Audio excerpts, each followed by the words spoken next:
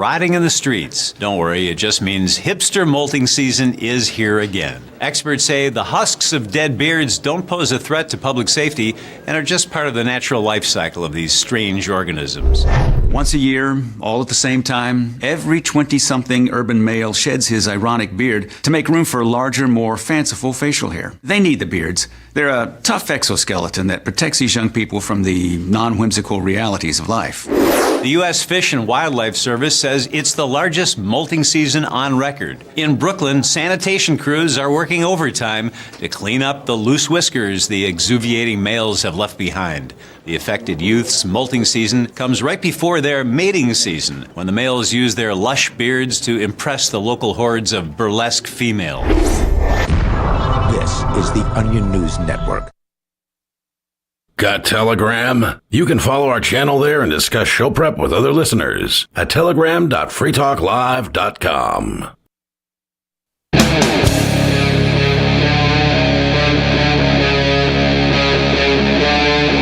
Free Talk Live.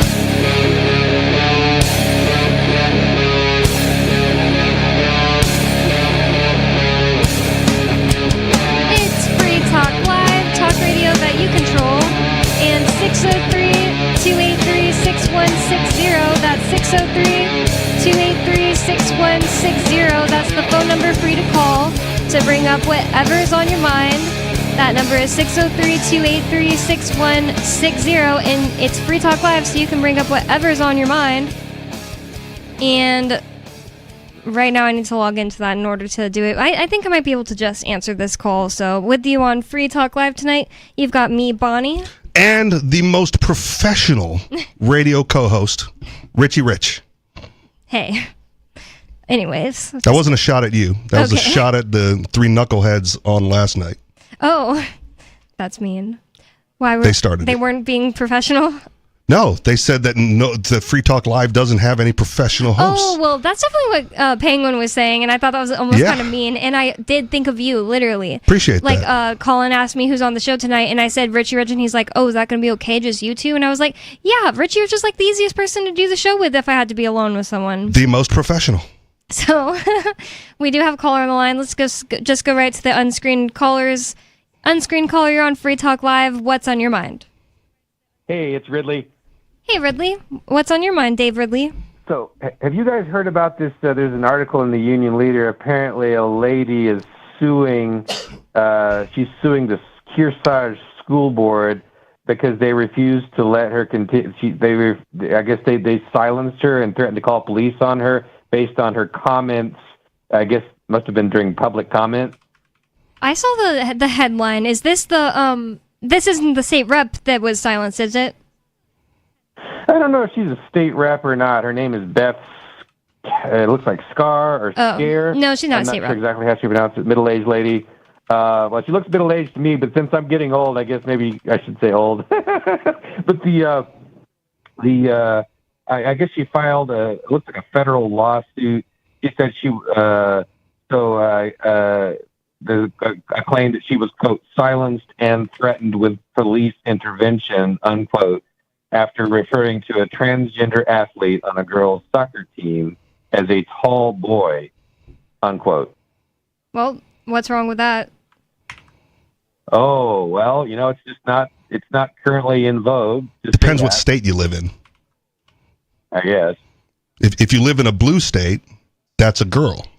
If you live in a red state, that's a boy. I don't know. I kind of tend to think that it's school, so they shouldn't be, forcing something on an older woman, like calling somebody that to her is a boy, a girl, like forcing her to do that, just to have a conversation, when it's pertinent especially.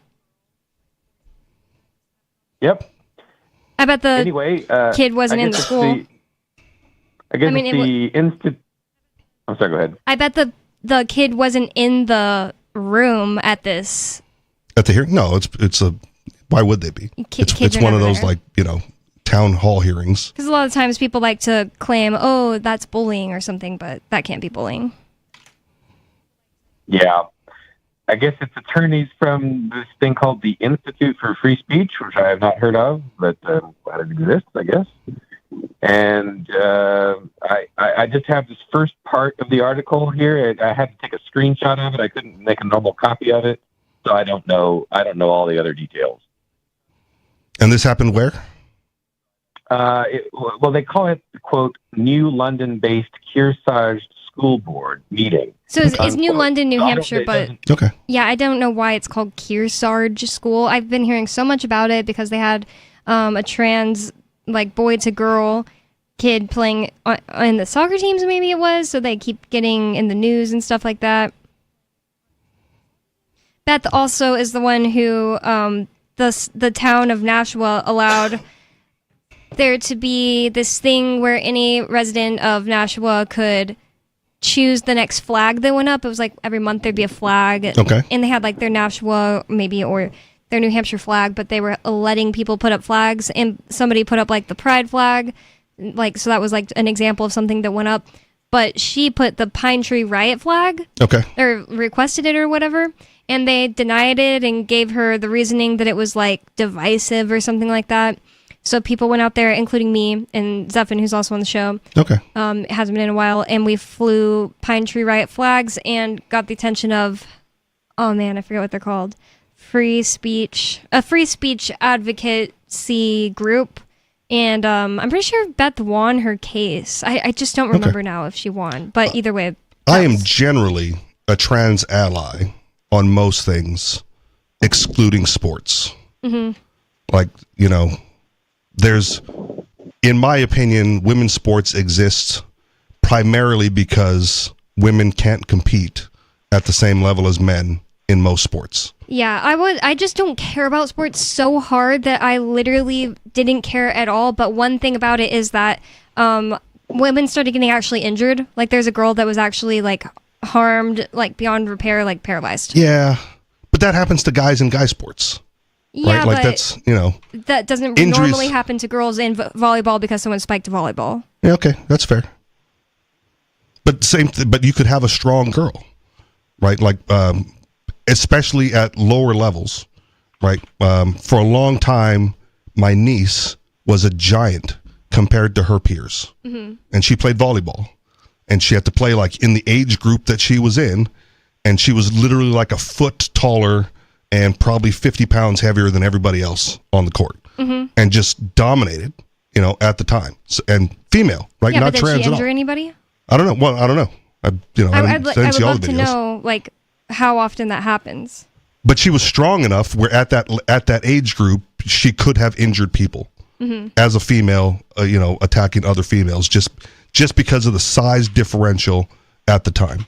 You know, obviously, you know, hormones and age caught up, and she's no longer the giant. I mean, if she compared played to her and she peers. didn't injure people, I don't know if I just want to accept that as truth, you know? Okay. That I'm she just saying that you could can have injure size someone. differentials Yeah, but in sports and it's still be not the just same size. gender. It's not about height or something. It's about your body is capable of firing the ball harder and faster. Yes, and what than I'm saying at age a 12 girl. and age 10 or whatever, age 10 to 12, she was more capable than the other 10 to 12-year-olds because Maybe. of her physicals. No, I guarantee it. I promise you. But you're not saying that you remember she actually paralyzed someone. She so didn't. I know she didn't paralyze anybody. That's why I just don't know if that's really like oh, well, you can't use that one, you know? Well, what I'm saying is it had nothing to do with gender, right? She was just bigger, and so if you're just bigger and stronger, then the potential exists, whether or not it actually comes to fruition, right? Like there was oh man, like it was some lacrosse thing or someone got hit with like a lacrosse ball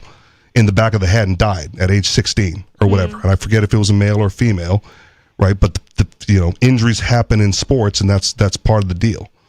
So I don't think that if my daughter got paralyzed from a boy spiking a thing, I would just agree like, oh, it could have happened exactly the same if Cindy hit her with a spike. I just don't think I'd agree. Yeah, but if Cindy was bigger and stronger than all the other females, then there might actually be a problem there too. Like my sister's boyfriend, he's so tall. He's like, I guess he's Blackfoot native. Maybe that's why he's tall. Maybe he's not that, but he's super tall. And he said that when he was in middle school, they didn't let him play on the football team because he was too much bigger than the other kids, the other boys. Okay. Not the other, So if a boy hurt another boy because he was just that much taller in that school, they probably would have been able to do something about it, Maybe. But if they're playing another school, you'd want that kid on your team. Yeah, but not if he was actually literally injuring people.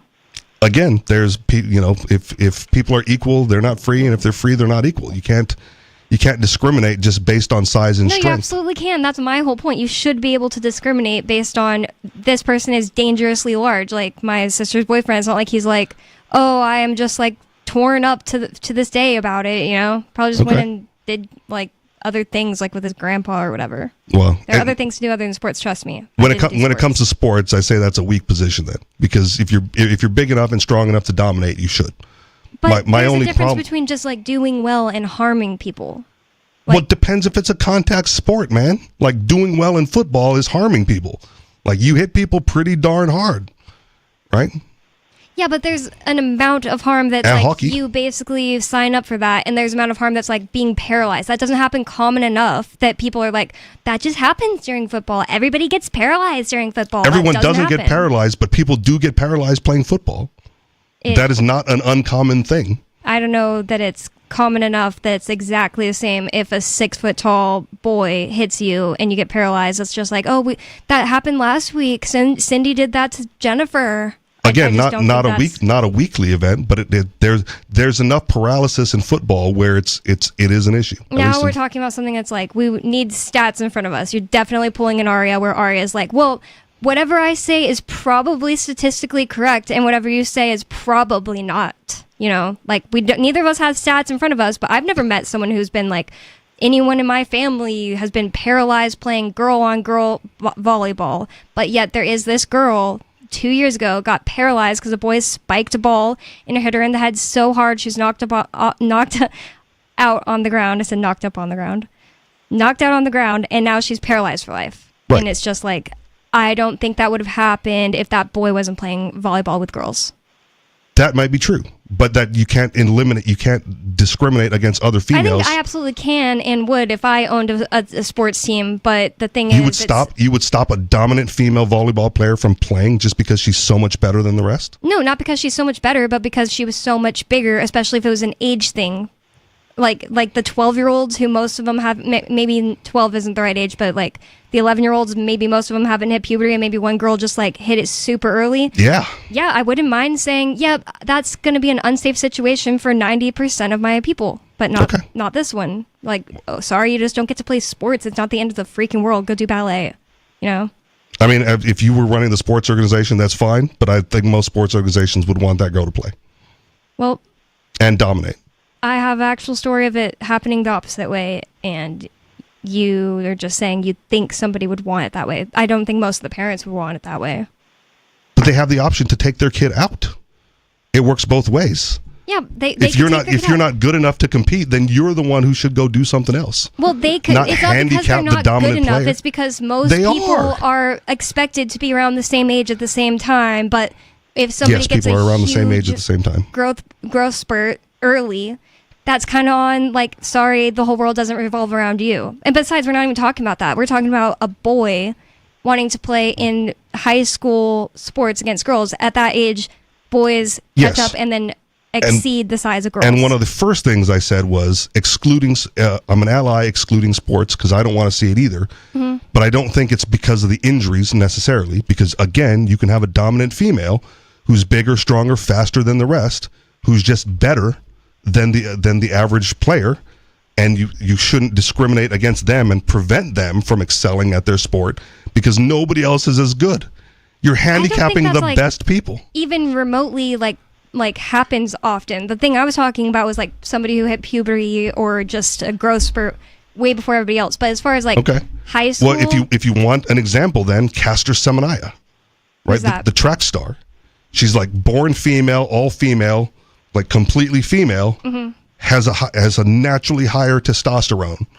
So she's bigger, stronger, and faster than everybody else on the track. Mm-hmm. And they handicap her by saying, well, you have to take testosterone reducers. They have to anti-drug her. No, it's not. Playing a game, because she's naturally better. I'm not playing a game. She's done nothing to enhance herself. she's just better. And they go like, well, you're too good. She's literally on a drug, whether it's endogenous or not. She's literally on a drug that everybody else is not. handicap you so that other people have a chance. And I think in sports, that's nonsense. How can they even prove that she's not putting on topical testosterone? Well, now you're speculating because no, I'm saying how can she prove to her people that like these are my results and it's not normal? Because the thing is like when you get your hormones tested, your doctor's going to tell you like, oh yeah, there's no way you're getting that done endogenously, like in your own body naturally. Your organs. I'm going to assume that the doctors have done all the work, and that's the conclusion that they came to because that's all the reports that came out. If there's no way to know that, then I definitely don't blame them. If there's no way to know that, like if they can find synthetics in everybody else, if she was running on synthetics, they would find it in her. The thing is, it's not like, oh, this testosterone is natural. This testosterone we tested it and it's not natural. It's the levels.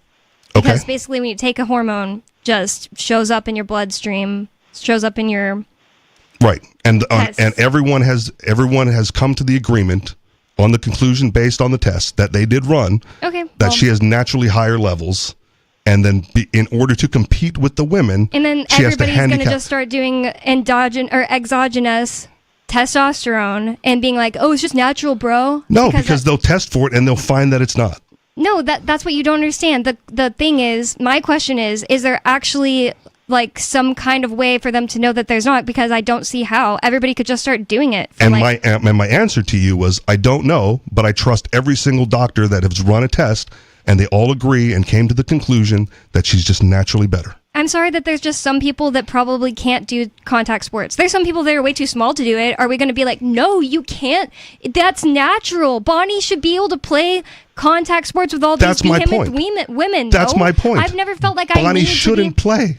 No, it's not your point. Your point is that if something's natural in somebody, then they should just be allowed to play with everybody else, even if it puts everybody else at an advantage. At a disadvantage. Yes, because it's natural. Yeah, and if you're totally naturally natural weaker, for me to be like, I was like 85 pounds in high school. Yes. So I should just be like, well, since it's natural, I play anyway. Like, you can try out and you will lose because you don't have it in you to win. But I'm just saying it's and what we shouldn't do. We shouldn't be artificially making it to where normal people can't, on average, play. No, average people don't play. Sports are for the elite athlete. If you're 85 pounds, you don't get to play. You're the one who goes to take ballet. That's so out of range that they had to. No, you go to tryouts. Her. Yes. But you go to tryouts and you don't get picked because you're not good enough. No, they should also be allowed to not pick somebody because they're too quote unquote good. They should be. You're right, but it's dumb because that's not how sports works. So all you're arguing about right now is like whether or not it's dumb, but I'm talking about like should it be allowed? Like, and I'm saying it should yes, absolutely be allowed for people to be discriminated against. And you're just saying, well, that's dumb.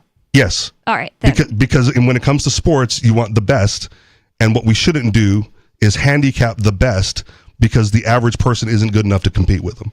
The thing about it is, if it came to a point of being either completely unfair or endangering it is completely the other people, unfair. Endangering the other people, like in an irrational amount of way. Like everybody understands there's like a risk at playing a sport. Let's say like football. Well, some people are like, I will never let my kid play football because everybody knows there's a risk. But if this takes it way out of bounds from even that, then the people who are running this thing have kind of in my opinion, a responsibility to keep somebody out who's going to legitimately like squish all the other people.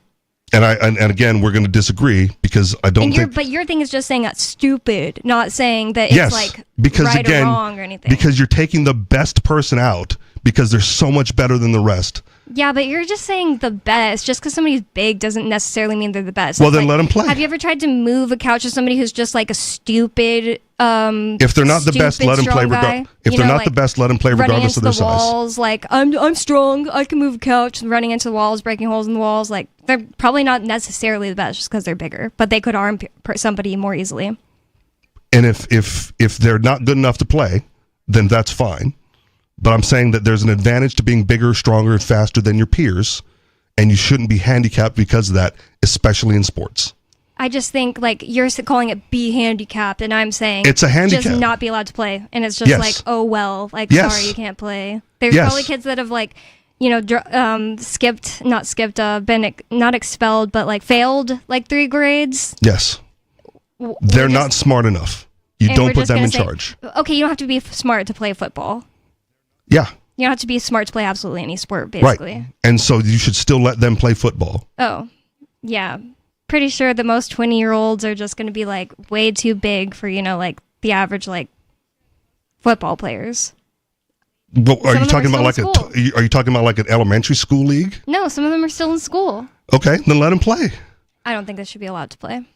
If they're bigger, stronger, faster than everybody else, that's an advantage, and you don't handicap advantages. I think that like people Natural who advantages. are in high school are too young and dumb, and they think that like football, I'm gonna be in the NFL one day, and they're taking this risk that could literally for the rest of their lives kill them, or not kill. Well, it could kill them, but for the rest of their lives harm them. It could. And it's irresponsible for the adults in the room to be like, we want our school team to win. Oh my god, you're making me flash back to like Texas, like the worst. Yeah, Texas is good, but my high school for a long time was like number 2 in the nation for football. And I was the water boy because I wasn't good enough or big enough or strong enough or fast enough to play. That's fine. And that's what I'm in agreement with the giants, 2 small people not being allowed to play. We were giants compared to like the other high schools because we recruited Samoans. That makes sense. It does make sense. But if you're going like, well, the Asian school can't compete with the Samoans, right? So the Samoans aren't allowed to play so the Asians can play football. Again, I don't think you handicap the better in order to make the weak feel better about themselves. Was that like actually Harrison true? Bergeron. Were other people you played against actually like way smaller than your school? Yes. Well, I think they should be allowed to agree that they wouldn't play against them. They didn't have to. They could absolutely forfeit. That's what I'm saying. But they don't should be allowed to. But they don't get to say that we can't play because we're so much bigger, stronger, faster. That's a whole different team. That's like a whole different scenario. Who do you think you're going to play against? Somebody else's team. There's probably more than just one team of Samoans to play against.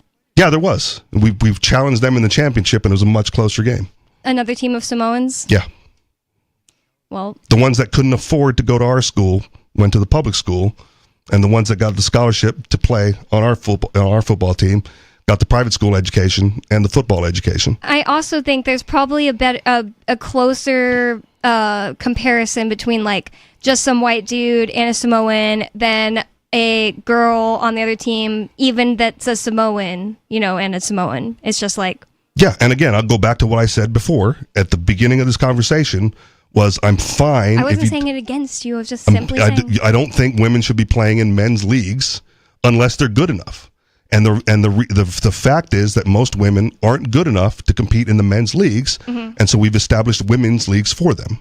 I just think it's like whenever the volleyball thing, or not volleyball, the boxing thing happened at the Olympics last year, where that person was possibly trans, and I've never even had that confirmed. She wasn't trans. She was intersex. That's what I'm saying. There's a difference. Never had it confirmed, whatever. But when that conversation was going on, so a person that you're saying apparently was intersex was fighting in boxing, I think it was, against a woman and won, and everybody was saying won the gold. That a man beat up a woman and all that stuff. I don't remember the names. I don't remember the countries. I was just like, why do people care about this at all? Like, because there are women... I don't remember her name, but it was Algeria. Algeria, yeah, you're right. And I don't remember that other country, honestly. But all I was saying back then was like, why do people even care about this when this is something like because they wanted to make it a trans league. You're signing up as an adult to get beat up and beat someone else up. You're a woman. You guys just shouldn't be doing this. It's so stupid. And she won the gold, but she didn't have a perfect record outside of it. And she had been beaten. I just think it's a little different when it's like kids in schools, and it's like it's what people do in high school at that time. What do you think? Should trans kids be allowed in schools? I mean, in sports?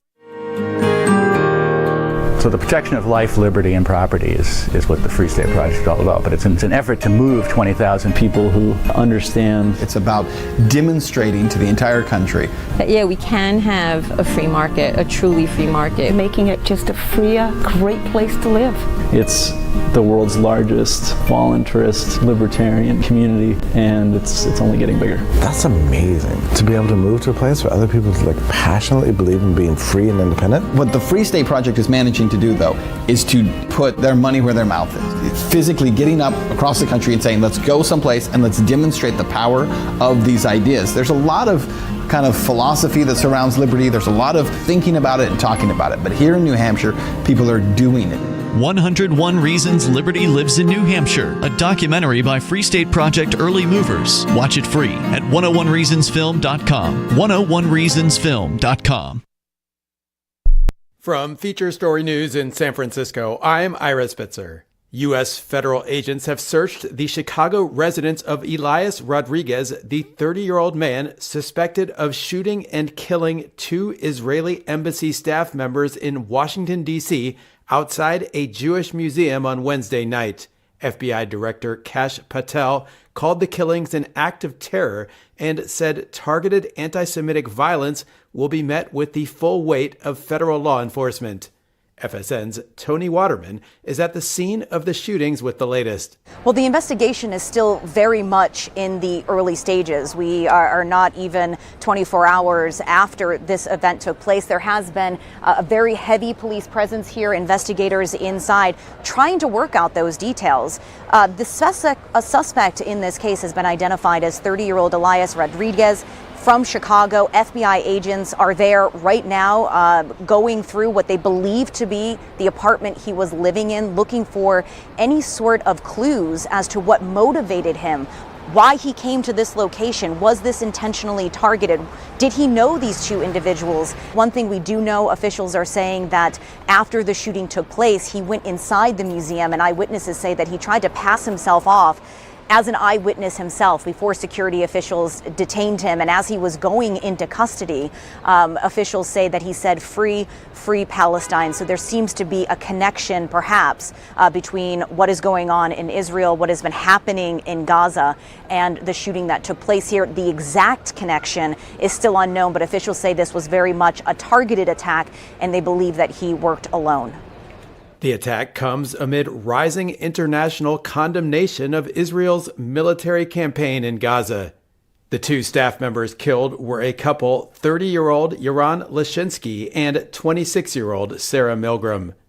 The U.S. Department of Homeland Security says it has revoked Harvard's ability to enroll international students, the latest escalation in the battle between the Trump administration and the prestigious university.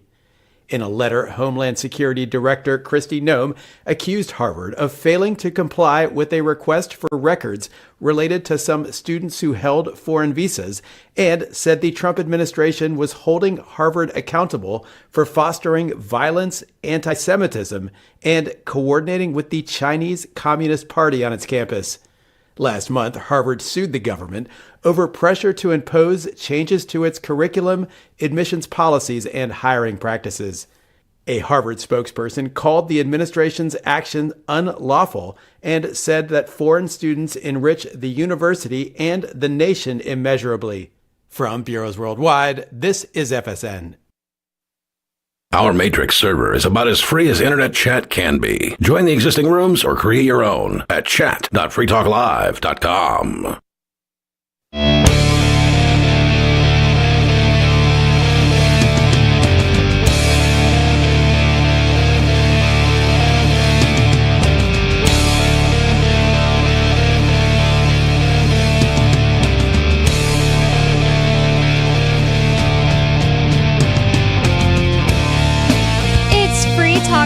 Talk radio that you control, and 603-283-6160 is the phone number. That's 603-283-6160.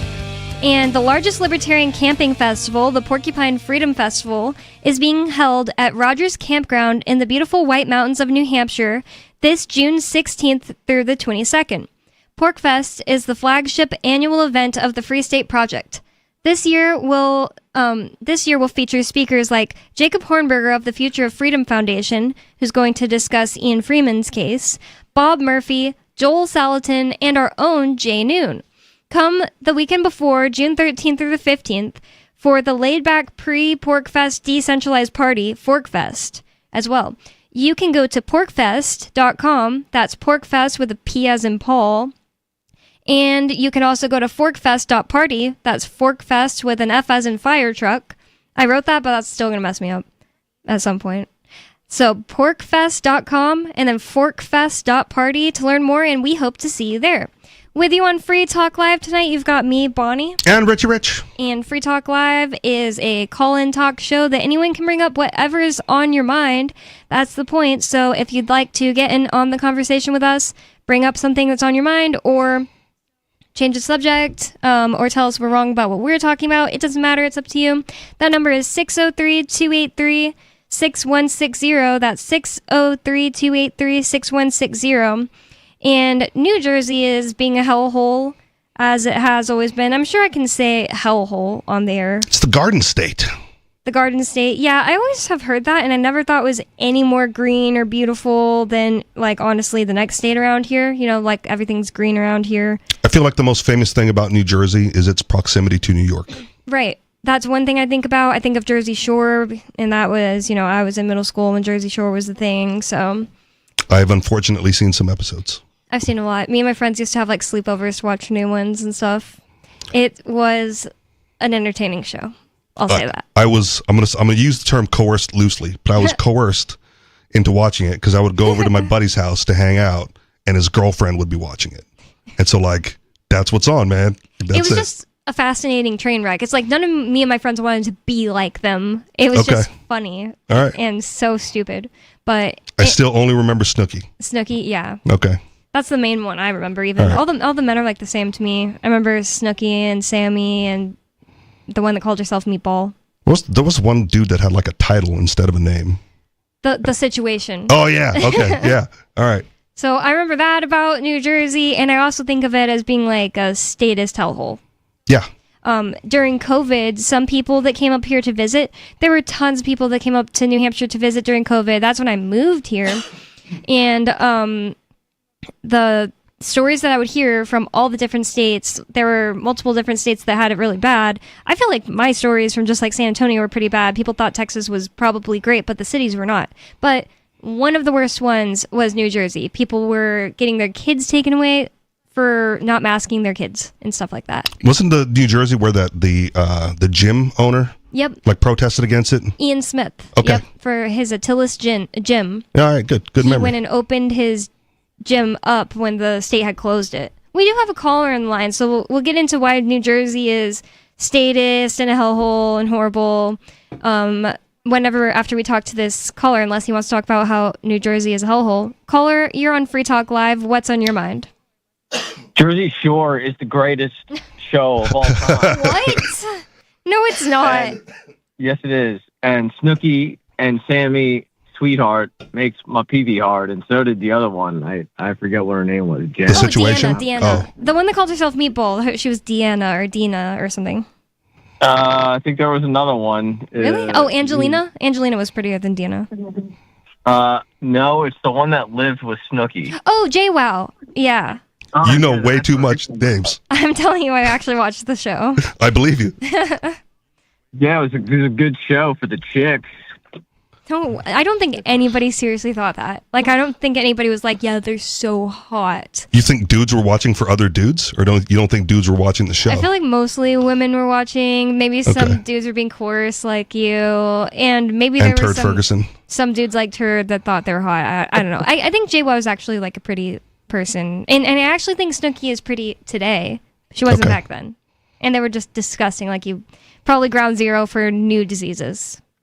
Well, she had big boobs, but I was going to say though that Sammy was probably the hottest one out of all of them. Sammy Sweetheart, you know what I'm talking about? Yeah, she was the one that went away first, right? I don't know.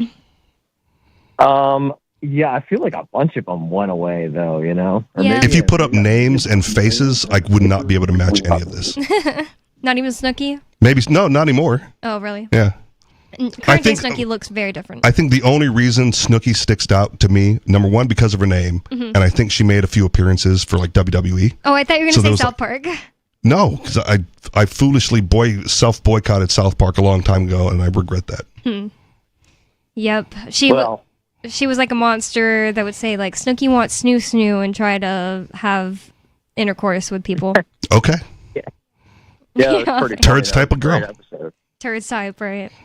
That's how they have at first thought of Snooki, and Turd was like, "Whoa, she's so hot." Well, she was short and had really big boobs. That's what I like. I like feminine. I'm attracted to feminine women, you know. But I still think Sammy was the hottest one. Bonnie, I heard you got bolt-ons. That's the word on the street. What does that mean? Like fake boobs. No, wait. Ball pongs? I've never heard that term. Bolt-ons? Oh, bolt-ons. I don't know what that means either. Nope. Is there anything else you want to talk about? No, that's it.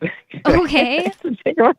You really had nothing else to talk about? Oh my goodness. So ridiculous. Just keep an eye on the camera. Yeah. But in New Jersey, there's more that makes it a hellhole than just Jersey Shore. So eminent domain issues. Oh no. New Jersey town says small setbacks and stray cats allow it to seize private property. Two business owners say the city of Perth Amboy is using exceedingly flimsy blight allegations to take and potentially demolish their property. Honey Mirzon's parents are Jews from the Soviet Union who moved to the United States in the 1970s to escape religious discrimination. Luis Romero's parents fled Castro's Cuba while he was 8 years old. The two ended up as neighboring business owners at the corner of Smith and Herbert Street in Perth Amboy, New Jersey. It's there that Romero has been running his family's tire shop, Quick Tire, for the past 20 years. Mirzon has owned the 4-unit rental property next door for the past 10. Now, these two children of refugees from communism are having their businesses taken from them by the all-too-American process of eminent domain. Wow. Last and month, they escaped communism for that? it's weird, right? Because like you think of communism, and then you see pictures of like China, where they, you know, they're building like a massive structure or a highway, and there's like one holdout house, and they just can't get it because they don't have eminent domain laws. In China? Yeah. Oh, wow, that happens? And they're respectful of it. Whoa. So this whole structure goes up around this like tiny house, and they just can't do it. And you know, in America, they would have just crushed that dude. Yeah. But like, oh, those are the communists over there. Last month, the city council of Perth Amboy voted that Mirzon and Romero's properties were not, in fact, comfortable homes or a successful business, but are rather blighted hazards. Because the two buildings are too close together, too close to the street, and have some sign-collected litter and stray cats in the backyard, the city says it's now entitled to take the properties. Mirzon and Romero... Go ahead. Just because there is stray cats and what else in the yard? So the buildings are too close together, and they're too close to the street. Mm-hmm. So like, however, that makes them not cozy. Well, makes them a hazard. Oh, okay. According to the city. I was gonna say if coziness levels, that's kind of subjective, but right. Okay. But like, if it's number one, if it's too close to the street, who the city had to authorize that initial permit? You would assume. Yeah. Right. So then, no, you're fine building there. Did the city build the street closer to their front door? Because they're actually starting to do that at another property of ours in Keene. That's even worse. Yeah. Yeah. For freaking bike lanes, and I've never even seen a bike driving there. I once got my car towed because they put up a temporary no parking sign in front of my car, and then just like towed it. Whoa. And then was that in New Hampshire? No. In Hawaii? Yeah. Wow. So I had to pay to get my car back from impound, but I got the ticket dismissed. But like I didn't get my money back from impound. That's horrible. I did, however, steal their sign. Like the fold up road sign with the yellow blinking light or whatever. Mm-hmm. I kept that as restitution payment. Oh my God. So I don't know. I might have thrown it out when I moved here, but I was like, screw you guys. You're not putting up a sign and then towing my car. So. And then they couldn't use it on other people. Well, I mean, they have infinite amount of signs, but still, I kept that one. That one was mine. The Mirzon and Romero strongly object to the idea that their properties are in any way blighted. They argue that the city's report claiming otherwise is riddled with erroneous complaints and fatal factual errors. Nevertheless, the city has moved forward with seizing their properties, which sit right on the edge of a massive city-facilitated warehouse project. Both property owners now face a looming deadline at the end of May, so coming up, to file a lawsuit challenging the seizure. They refuse to answer our calls. They refuse to answer any of our lawyers, said Mirzan. They're waiting for us to go to Superior Court to monetarily drain us until we have no choice but to take whatever they offer us. Wow. Neither Perth Amboy's mayor nor any member of the city council responded to Reason's request for comment. Both Mirzan and Romero see a dark irony in their properties being seized by the city, given their family's background. My parents said this is the only way you get on your feet. You have to take a risk. You have to make an investment. You have to leave a legacy for your children, Mirzan tells Reason. This is what happens to the legacy they dreamt of having coming here. It's so horrible that it used to be that you could just make a business in America and better your life and your family's lives, and you didn't have to have that much money to start it. And now they have made it to where that's really hard to do because all of these fees and taxes that you have to start up a business at all, and all these regulations where you might just not be allowed to ever do that business, period. And now they're just going to take the land from these people for... I will say this before you press that button. At least moving to New Hampshire, even though it's a fee you pay to the state, right? You can form an LLC for like $100. Mm-hmm. And so starting a business, at least in that respect, fairly simple to do here. I don't know if it's really way more expensive than other states. I just don't know. Okay. But when some friends of mine started a business, there was just so many things, and they had to like meet older people who had businesses to even figure out what some of them were. Right. That's the most. And I just filled out a form online, paid my $100, and have like, I want to call it defunct now because I haven't really used it in several years. But it might depend on like what the business is too, like what things you have to do. What things you have to pay? Maybe later, but to just to start a business. So like I'm now an LLC, $100 and like 15 minutes online. Well, we do have a caller on the line, so let's see what they have to say. Unscreened caller, you're on Free Talk Live. What's on your mind? Thanks for taking my call. I was going to say it sounds like a Jersey thing, right? I don't know. Maybe there's some mob connections involved there. With the city. Maybe some bribing. I'm not 100% sure. There's a gang involved. But, maybe, a warehouse thing going on there, something to do with a warehouse. It kind of makes me think of the mafia or something. Maybe possibility. I think of The Sopranos when I think of New Jersey.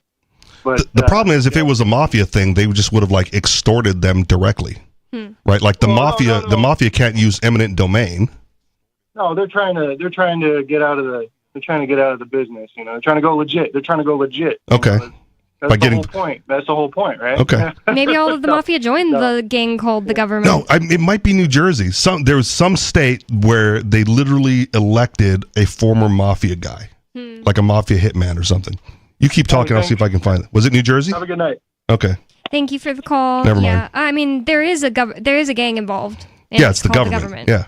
I'm sure there's been more than one state that's elected a mob or mafia. Illinois. Member. Yeah, wasn't that there were like that crackhead guy in Illinois?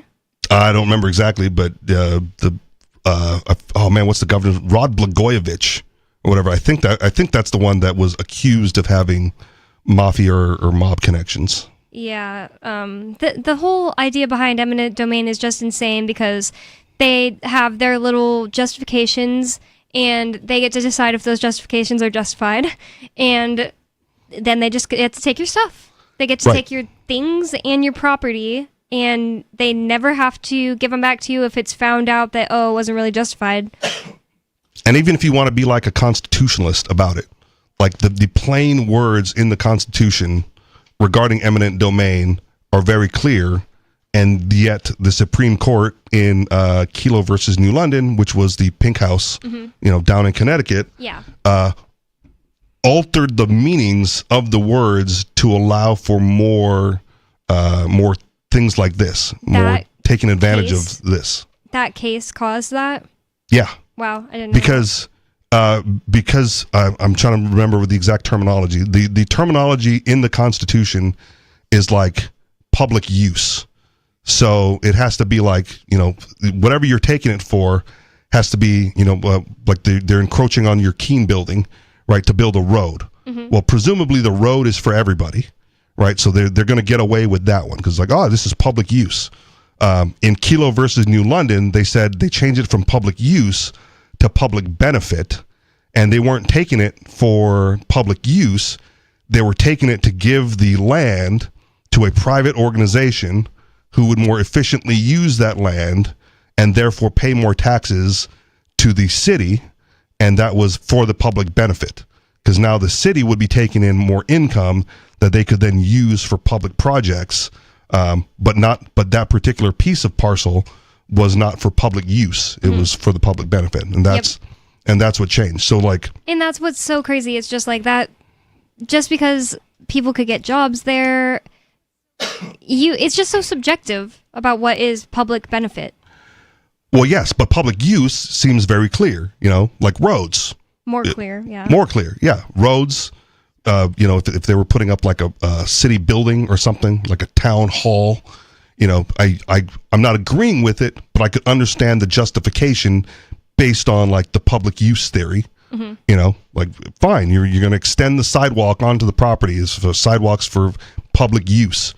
But if you're gonna take the property, everybody gets to use it. But and everyone gets to use Pfizer, I think it was moving into that's the one that was public benefit. Yeah, it's like because they were giving it to a private organization, Pfizer, just to get more taxes. People could say, "Yeah, I don't benefit from this," just because Pfizer's in the same town as me.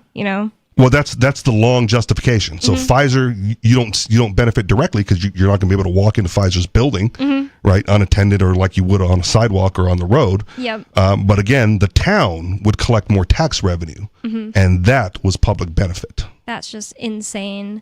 And it's just like, just because Keene, New Hampshire collects more taxes I don't think it necessarily has to directly affect and help me. I don't think it does. I mean, is Keene going to cut down on my property taxes because they made more money with X, Y, or Z deal they did? Probably not. Probably not.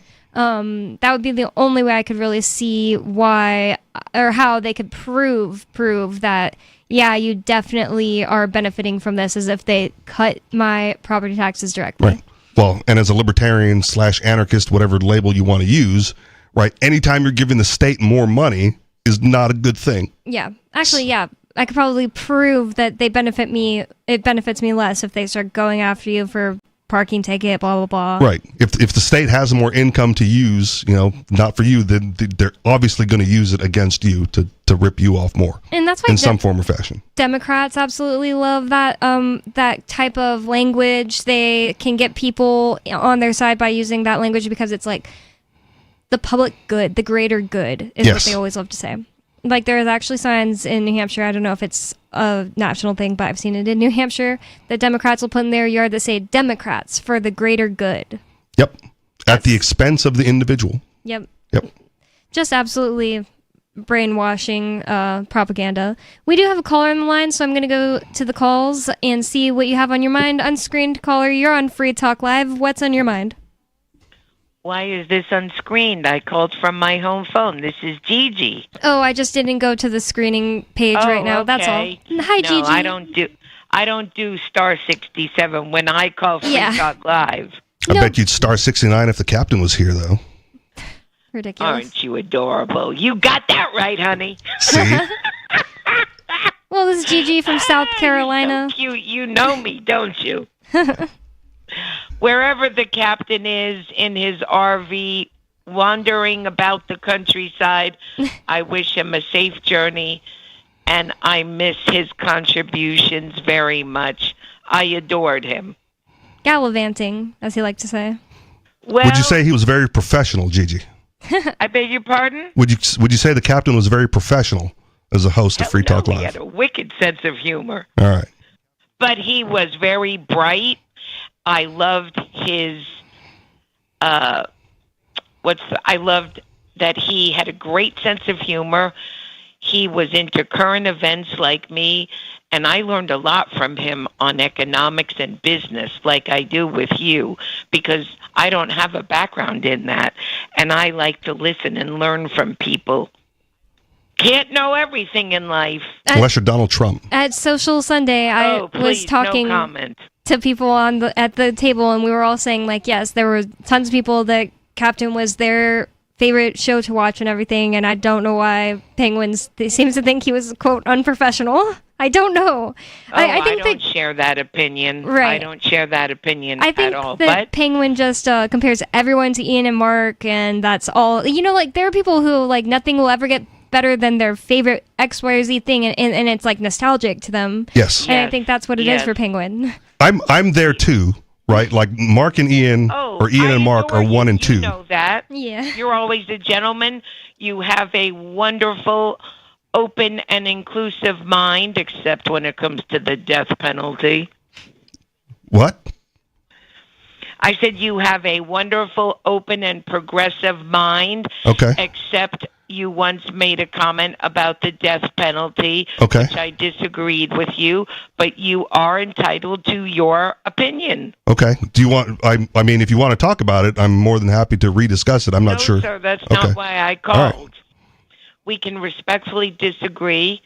In any event, isn't it wonderful that 7 of the justices, including the Supreme Court justice, voted commenting specifically on what I said when I called last week regarding the lack of due process and the critical importance of habeas corpus pertaining to this administration's reinstating the 1789 Alien and Sedition Act.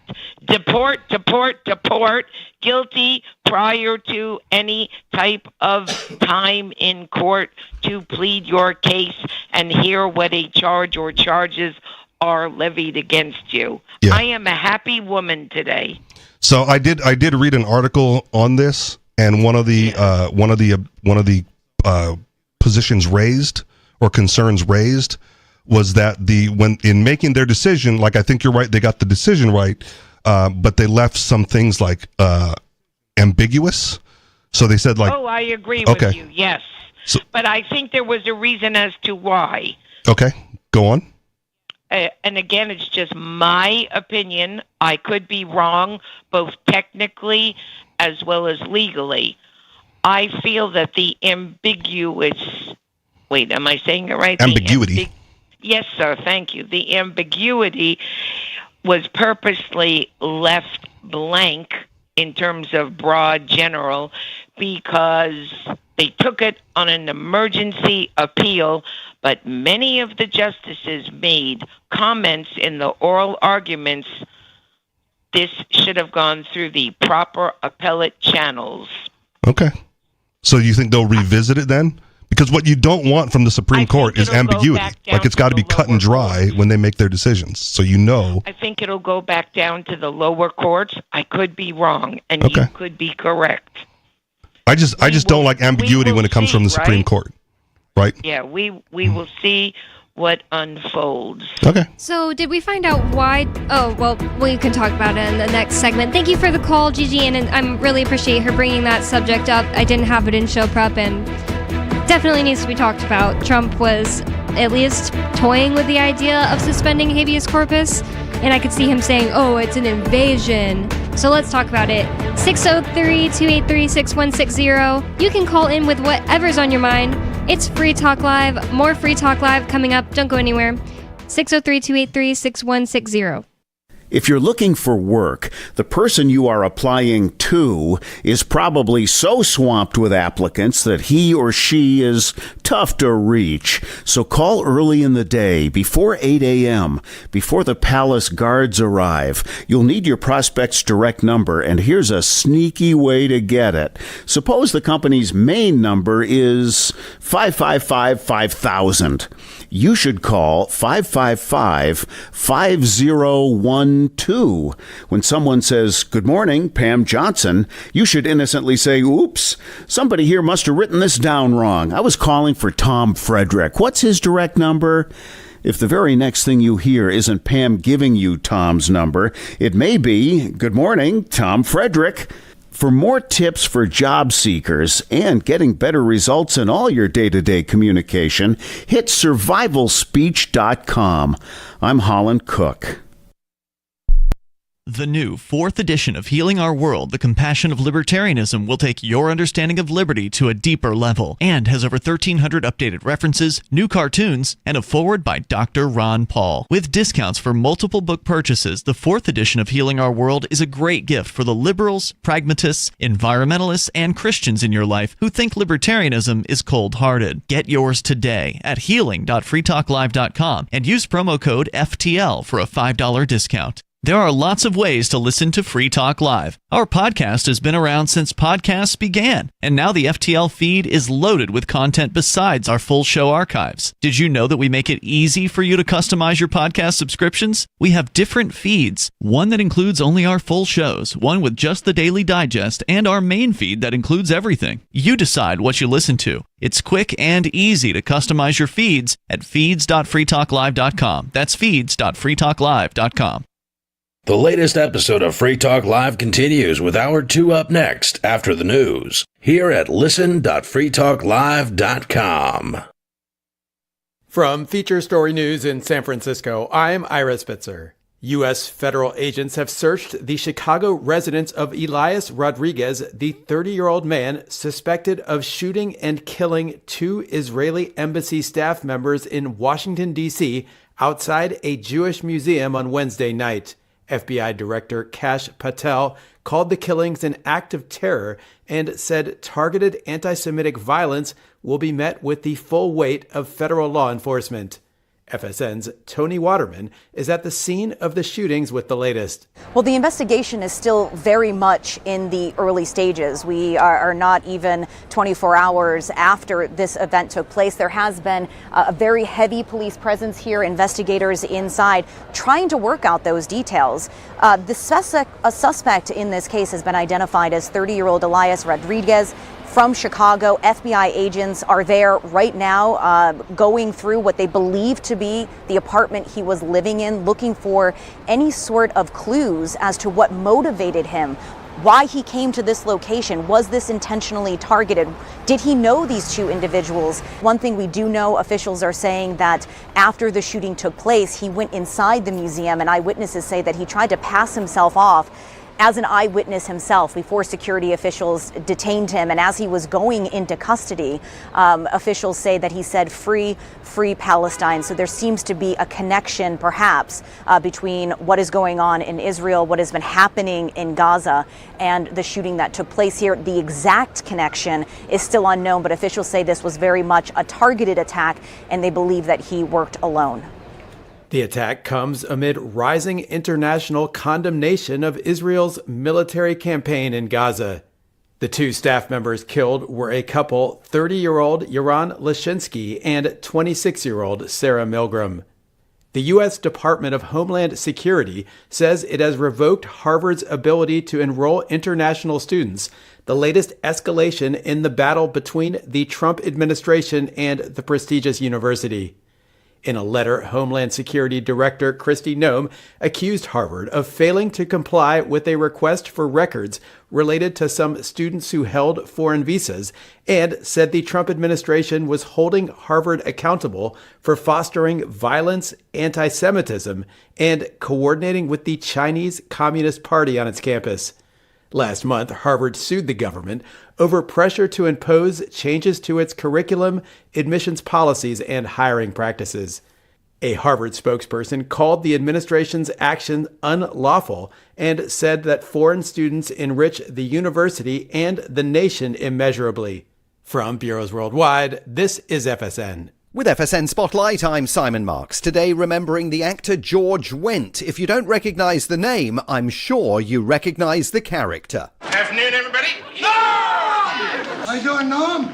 Cut the small talk and give me a beer. Norm Peterson from Cheers, the roly-poly barfly, arguably the sitcom's most popular character, although there was plenty of competition given the amazing talent among the cast. George Wendt died this week at the age of 76. With more than 170 film and TV credits to his name, he got his start sweeping the floors at the Second City, a world-renowned improv joint in Chicago. Occasional roles on TV led him to being invited to audition for Cheers. My agent called and said, honey, they want you to do this Cheers. Now, you're not available. They want you to come in anyway, and it's really small, though. I go, oh, okay. How small? Well, it's really just one line. I go, oh, okay. Oh, actually, it's one word. Come to think of it, it's one syllable. I go, what's the syllable? She goes, beer. From that one syllable, a legend was born. Norm Peterson appeared in every episode throughout the comedy's 11-year run. George Wendt had scores of other roles and several Emmy nominations. He called Norm the prototypical slacker, which he believed was key to the character's popularity.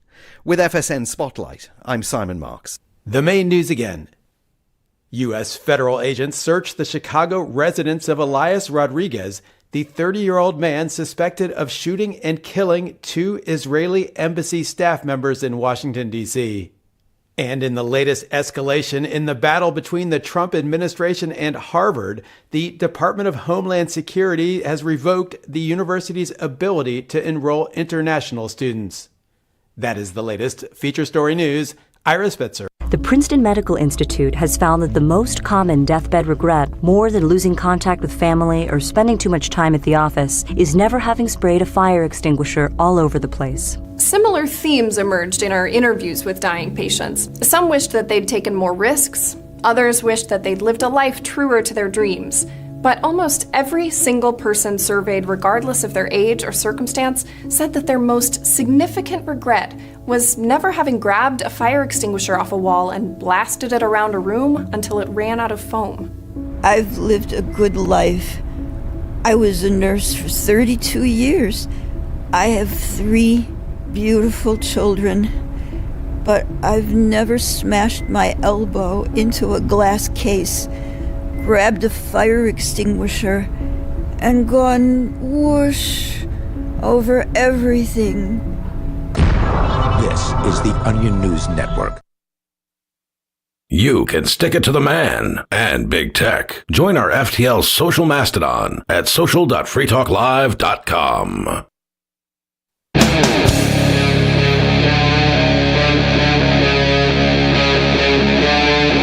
Free Talk Live.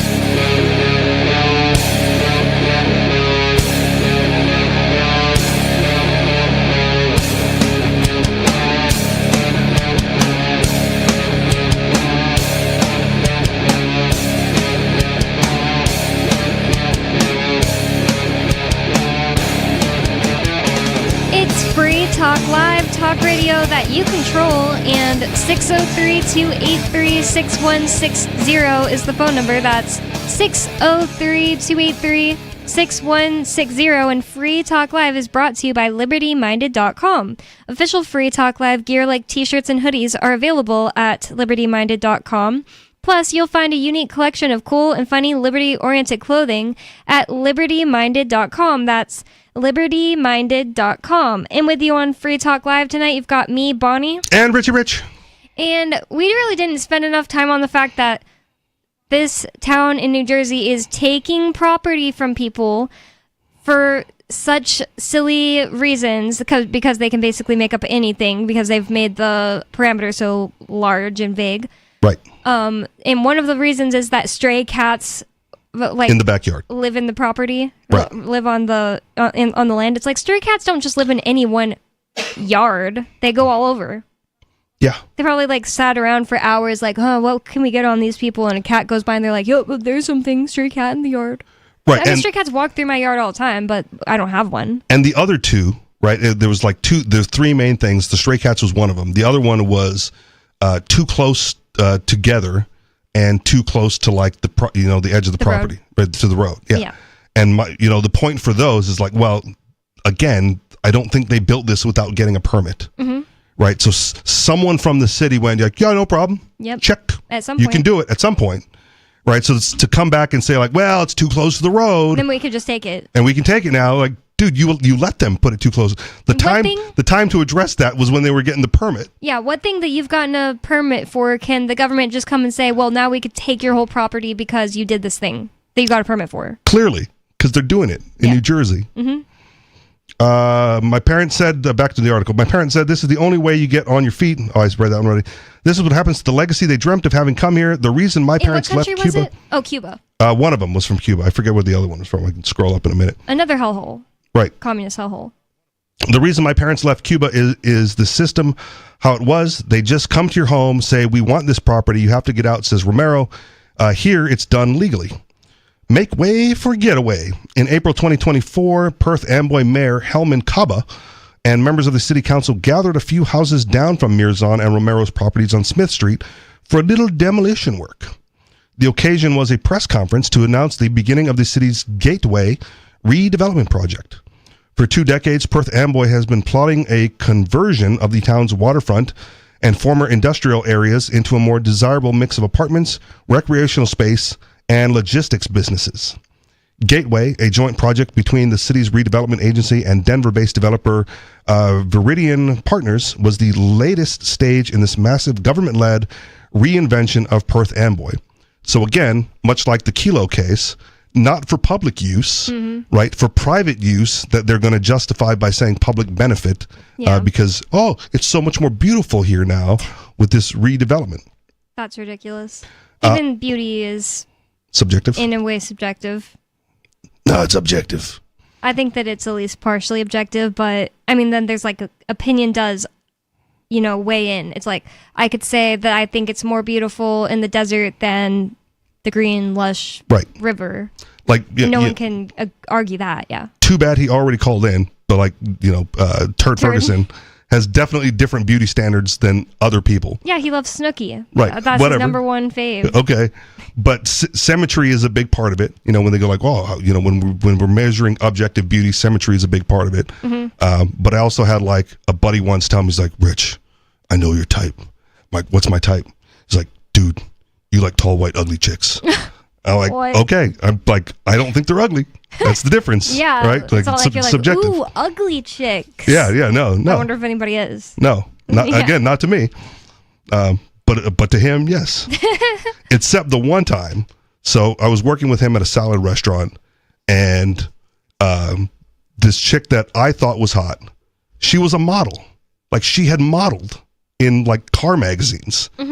And he comes walking out of the back area with the clean dishes to put away because he was doing the dishwasher duties, and he like stared at her and just froze, like just completely like like eyes and mouth agape, glazed over. Glazed I'm like, over. Dude, you obviously think she's hot too. Like you can't tell me that she's ugly and then like that's your reaction to seeing her walk in is to just freeze in your spot. Dang. And he did not like me bringing that up in front of his girlfriend. Uh-oh. But whatever. Get in front of his girlfriend. Of course I did, because screw that guy. Telling me like, I know your type. And like, dude, you were checking her out too. Yeah, everybody you date is ugly. Right. Well, do you want to go to the phones? Sure, we can pause. We have a caller on the line, so I'm going to go to an unscreened caller. You're on Free Talk Live. What's on your mind? I do not like now I regret saying and this. ham. I do not like them. Sam I am. Logic in One Lesson by Dr. Seuss Hazlitt. What color is the ham? It was green, right? If I don't know. Is it? Have you read the book? I've read the book, clearly. I want to make absolutely sure, but I'm not talking sure about green. I'm not talking about like the illustration in the book. I'm talking about when you hear the phrase green eggs and ham, what color is the ham? Well, I would think green. Yeah, Okay. it's green in the book too. I just made Okay. sure. So if you wanted green eggs and normal colored ham, how would you phrase that? Oh, I see. Green eggs and normal colored ham. I imagined it green, eggs and ham. So I think that's how I've always thought an of it. appropriate use of a comma then. Distributes. What's that? The green distributes. It's green eggs and ham, not green eggs and ham. Right. So my question has always been, if you wanted green eggs and normal colored ham, how would you phrase that differently? I don't see why you would put a comma. Green I think eggs it would just, you and wouldn't ham. be able to know until someone clarified. So where's the comma, Skeeter? After eggs, green eggs, comma, and ham? I don't think it's not appropriate formal, for any. So an Oxford comma would be necessary. No, an Oxford comma is when not there's formal, more so than it's ambiguous. when there's more than one thing. Or sorry, more than two things. But this is the whole point. This is why you don't read Dr. Seuss for logic. But this is not what I wanted to talk about. Clearly not. And beauty is objective. You know that, right? I think we just covered that as both objective and subjective. And there are some people that go out there and say like it's 100% subjective, and I think so that idea is too like soaked into the culture. Lots of people are like, it's just completely subjective. No, it's not. It's not completely subjective. Well, it's culturally That's where objective. the actual argument is. Yeah. But with him, he's going to be like, it's actually 100% objective. That's so stupid. Not quite. You know what the solution is? Short-run beauty is subjective, but long-run beauty, what we're forced to be attracted to is objective. What you're forced to be attracted to. Yeah, we're forced to be attracted to what. Well, he has a dominatrix. What morality? But hey, Rich, this is not how are you forced to be attracted to anything? I feel like that just comes naturally. Did you have a choice to be attracted to guys, Rich? Did you? No. Okay, so this is not what I want to talk about. Hey, okay, I don't feel forced to be attracted to females, though. I feel like that's like forced. Yeah.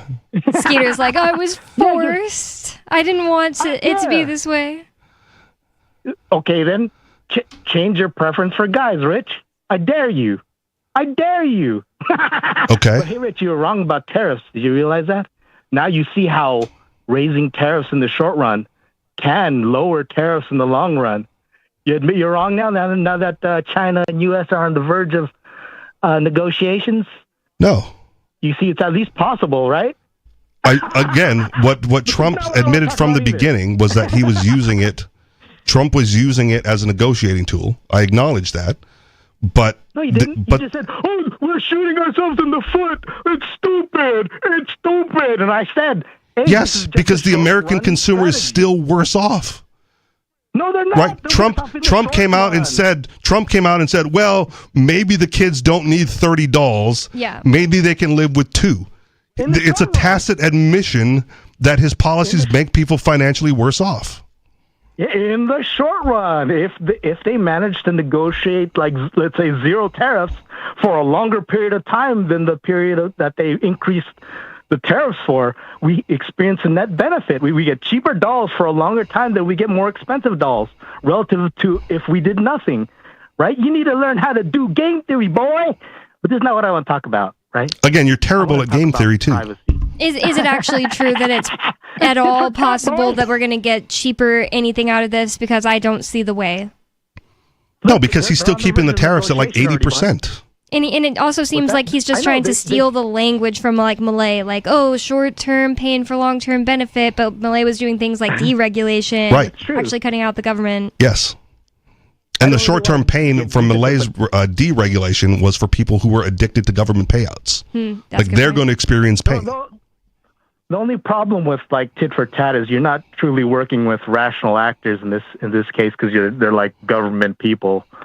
And that's the problem with government. It's not central planning. When you say rational, do you mean like rational or do you mean irrational?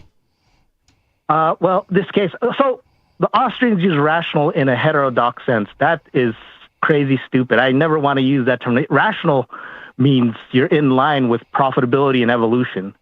That's truly rational. That's your definition of rational. That's the conventional sense of rational. Okay. When you're profit maximizing, and especially when you incorporate my evolutionary analysis, that's morality. That's rationality. It converges with being moral. But this is not what I want to talk about. I wanted to talk about. You brought up like 3 things you don't want to talk about. Well, I beat you on all 3 so far, so I deserve a 4th. Beat you. Right? Privacy. I was talking about in the chat. They said someone said money is the root of all evil, but that's wrong. That's not even the whole quote. Is it the love of money? Yes. The love of money is the root of all evil. Well, that's wrong too. It's privacy that's the root of all evil. Wow, that's stupid. You realize that, right? It is. It's privacy. What about the evil that's done right in the open? Can't be the root of that. I said, what about the evil that's done right in the open? It can't be the evil. The root of that evil. Yes, just think about it, Bonnie. First off, it's hard to execute. It's hard to execute a crime if everyone knows everything up to that point and where you are at all. Too bad it happens. So the fact that happens destroys your argument. I beat you. It's over. How does one go murdering? How does one go, like if I wanted to murder Richie Rich, which I do, right? When you have a completely transparent society with SkeeterNet and the LightNet, where everyone knows about everything, you're tracked everywhere you go, all your history is known, all your disputes are known, virtually your thoughts are known. How am I going to murder rich? Become a cop or Yeah. join the military. The cops do it so often that if you listen to any of those true crime podcasts, they're constantly saying like, "Oh my God, the cops knew about this, that, and that, and the cops knew this was going to happen. They did nothing to stop it." They're always begging for more cops and more regulations, and it's like, well, the people that didn't stop it are going to stop it if you just beg them to. Someone asked me that recently, like, how do you get away with murder? I'm like, just join the military or become a cop. Like that's the easy answer. You can't do that. How are you going to do that with no privacy? They do it with impunity now. And with body cams on. Like I've switched one of my positions. Well, I've actually just altered it slightly, but I think privacy can destroy democracy itself. It's not even accelerationism maybe the second half of the strategy, but privacy, if you destroy privacy right now by creating the light net, right? Skeeter net, where everybody is almost forced to participate. It's voluntary at first, but so imagine this, right? So my vision is for the light net, right? It's the opposite of the dark net. It's where all information is available for anybody, all history, any revision to any website, all that stuff is there for everyone to see, all your medical records. So at first, you have to opt in, right? At first, of course, because it has to work. It's like a virus, right? It has to work. Yes, your idea is like a virus. System.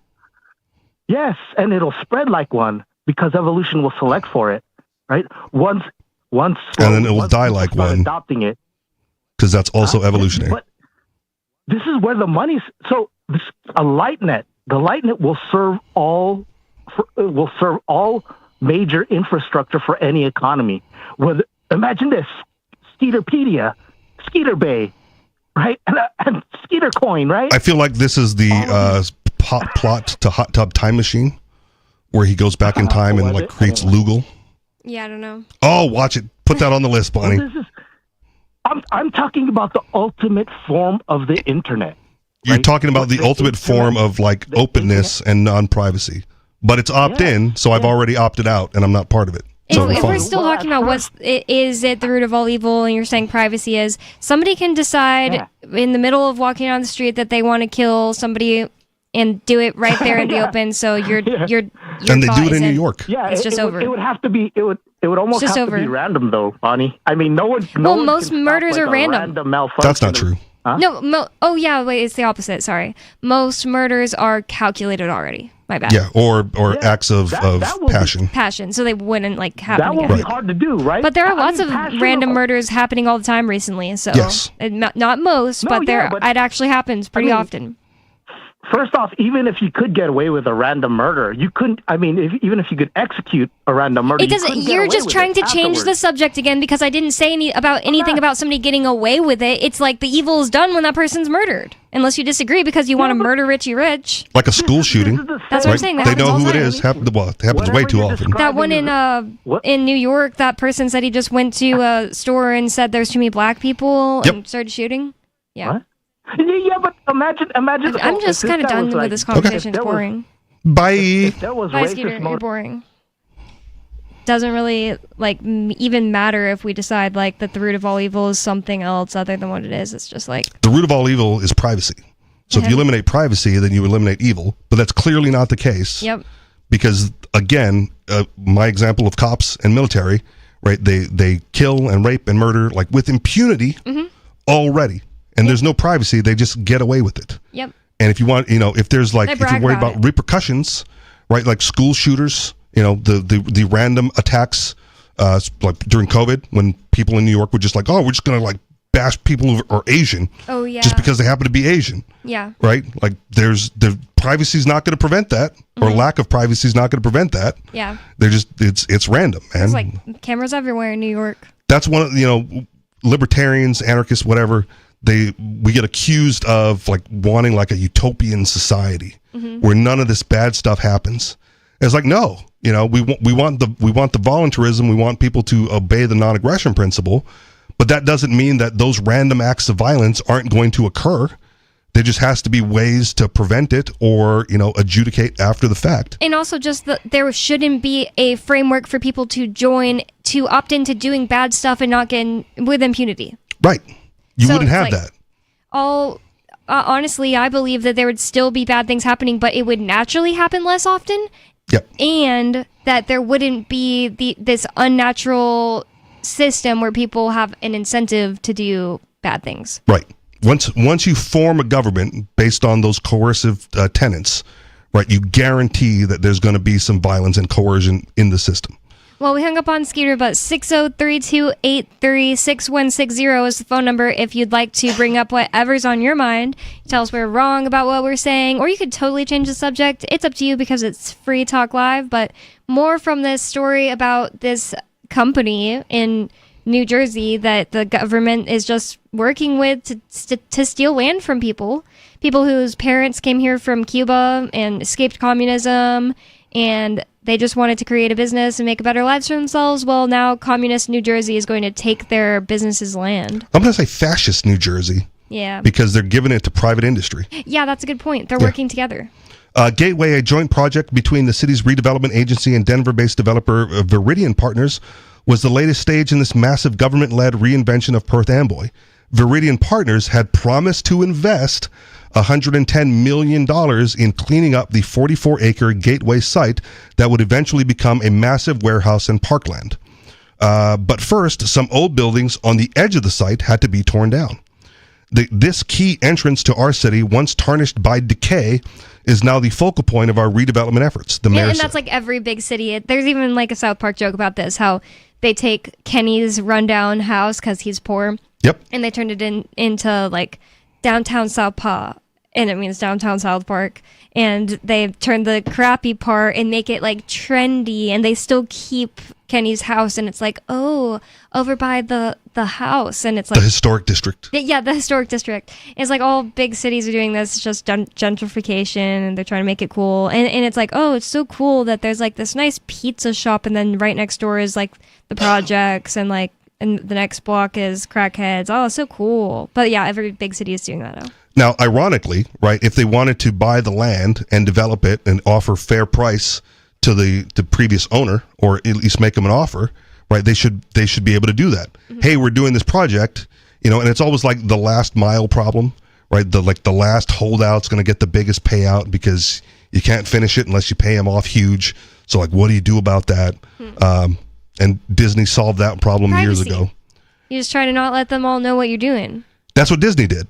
Oh. Like in order to build like Disney World, I don't have all the facts off the top of my head, but in order to build Disney World, Disney set up like a dozen shell corporations and bought up all the land that they needed under like the guise of all these shell corporations. Whoa. And then built Disney World on it, because they knew that if there was one company buying up all the land, someone would hold out. And in order to avoid that, they created mini corporations to get the land. That's so interesting. I wonder, because I've been hearing that like Elon Musk wants to create a little town, and so does Jeff Bezos. I wonder if they're going to take that. They'd be smart to keep their mouth shut until they're ready to do it. Like announcing it up front is a bad thing to do unless they're willing to pay. Or, because it's Elon Musk and he's in bed with the president, right? He'll just eminent domain whatever he needs to get that last mile problem taken care of. Yeah, apparently the Elon Musk one is going to be like people living on it on 69th and 420th streets and stuff like that. I don't really know, but people are going to be living on it. It's not unheard of, right? Like there are old country songs about like the company store, right? You work for the company, you live nearby, you go to work, you commute, and you buy everything internally. Like it's not a new phenomenon to do this. He's just doing it on a grander scale. The point I was driving at earlier, though, was, it'd be okay if, in fairness, to be like, hey, we want to offer you this money because we want the land, right? And you can say yes or no. But when the Palisades fires in California happened, right, and the fires in Maui happened, the government prevented people from selling the land to developers, right? They went the other way. They said, like, you're not allowed to sell because we don't want these developers to take advantage of you, by lowballing you for the land. Wow. Well, the land isn't worth what it was a week ago when there was a house and all this other stuff. It is significantly devalued, and now's a good time to buy. Wow. So they could easily buy it up cheap and develop there, right? And the government is preventing them from doing so. So on one hand, you have the government preventing companies from paying fair market value to people who may want to voluntarily sell because of the diminished value, right? And on the other hand, you have them taking land from people because they don't want to sell That's in New just Jersey. The ultimate example of the government thinks that they're smarter than you and should be able to run your life for you, that they'll tell you, no, you're not allowed to sell your own property right now because we're thinking it won't be a good deal for you. Right. That's insane. 603-283-6160. Corrupted power hungriness is probably more likely the root of all evil. What do you think? Call 603-283-6160. More Free Talk Live coming up. Free Talk Live. I don't care what they wrote down on pieces of paper. The fact is, this government exists through consent. It exists through mass consent because people believe in it. It's a cult. People believe in the idea that it's okay to aggress against their neighbors so long as they have a good reason for it. They believe that it's okay to aggress against their neighbors so long as a majority of people walking into some booth check a box somewhere. People spend more time thinking about the government and pledging allegiance to the flag than they do. Many people spend more time pledging allegiance to the flag than they do praying to their God. Their religion is this government. It's actually, if you believe in like the Christian religion and all that, putting other gods above your God is usually a pretty bad thing. Yeah, to me, the Pledge of Allegiance is simply a prayer to the God of the government. It's essentially religious indoctrination for the state. Free Talk Live, 7 nights a week from 7 to 10 Eastern at freetalklive.com. From Feature Story News in San Francisco, I'm Ira Spitzer. U.S. federal agents have searched the Chicago residence of Elias Rodriguez, the 30-year-old man suspected of shooting and killing 2 Israeli embassy staff members in Washington, D.C., outside a Jewish museum on Wednesday night. FBI Director Kash Patel called the killings an act of terror and said targeted anti-Semitic violence will be met with the full weight of federal law enforcement. FSN's Tony Waterman is at the scene of the shootings with the latest. Well, the investigation is still very much in the early stages. We are not even 24 hours after this event took place. There has been a very heavy police presence here, investigators inside trying to work out those details. A suspect in this case has been identified as 30-year-old Elias Rodriguez from Chicago. FBI agents are there right now going through what they believe to be the apartment he was living in, looking for any sort of clues as to what motivated him, why he came to this location. Was this intentionally targeted? Did he know these 2 individuals? One thing we do know, officials are saying that after the shooting took place, he went inside the museum, and eyewitnesses say that he tried to pass himself off as an eyewitness himself before security officials detained him. And as he was going into custody, officials say that he said, free Palestine. So there seems to be a connection, perhaps, between what is going on in Israel, what has been happening in Gaza, and the shooting that took place here. The exact connection is still unknown, but officials say this was very much a targeted attack, and they believe that he worked alone. The attack comes amid rising international condemnation of Israel's military campaign in Gaza. The 2 staff members killed were a couple, 30-year-old Yaron Lashinsky and 26-year-old Sarah Milgram. The U.S. Department of Homeland Security says it has revoked Harvard's ability to enroll international students, the latest escalation in the battle between the Trump administration and the prestigious university.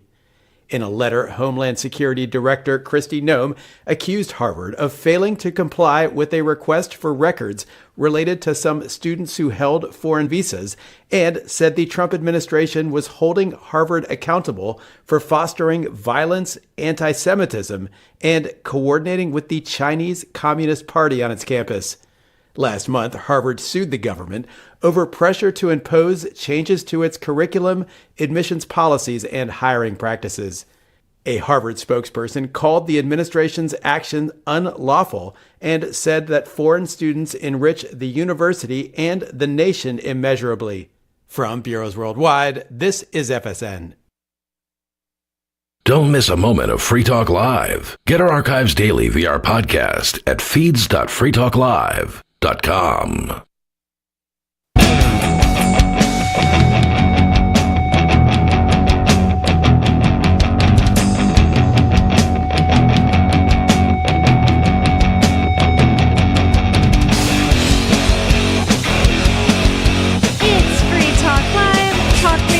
You control. 603-283-6160 is the phone number you can call to bring up whatever is on your mind and talk with us here at Free Talk Live. You can change the subject, tell us that we're wrong. It doesn't matter. It's Free Talk Live. And I'd like to thank Corey for being an amplifier with us here at Free Talk Live. That means that Corey went to amps.freetalklive.com and signed up to support the show. AMPS stands for Advertise, Market, Promote, and Support. Thanks to Corey and everyone who supports us. And again, that's amps.freetalklive.com if you'd like to check out the perks and benefits of becoming an amplifier. amps.freetalklive.com. And with you on Free Talk Live tonight, you've got me, Bonnie. And Richie Rich. And apparently the best way to tell us that we're wrong is to call in, tell us we're wrong, declare victory, and then change the subject immediately. Exactly. That's the winning formula. And if someone starts saying something that's counter to what you're saying, I don't want to talk about it.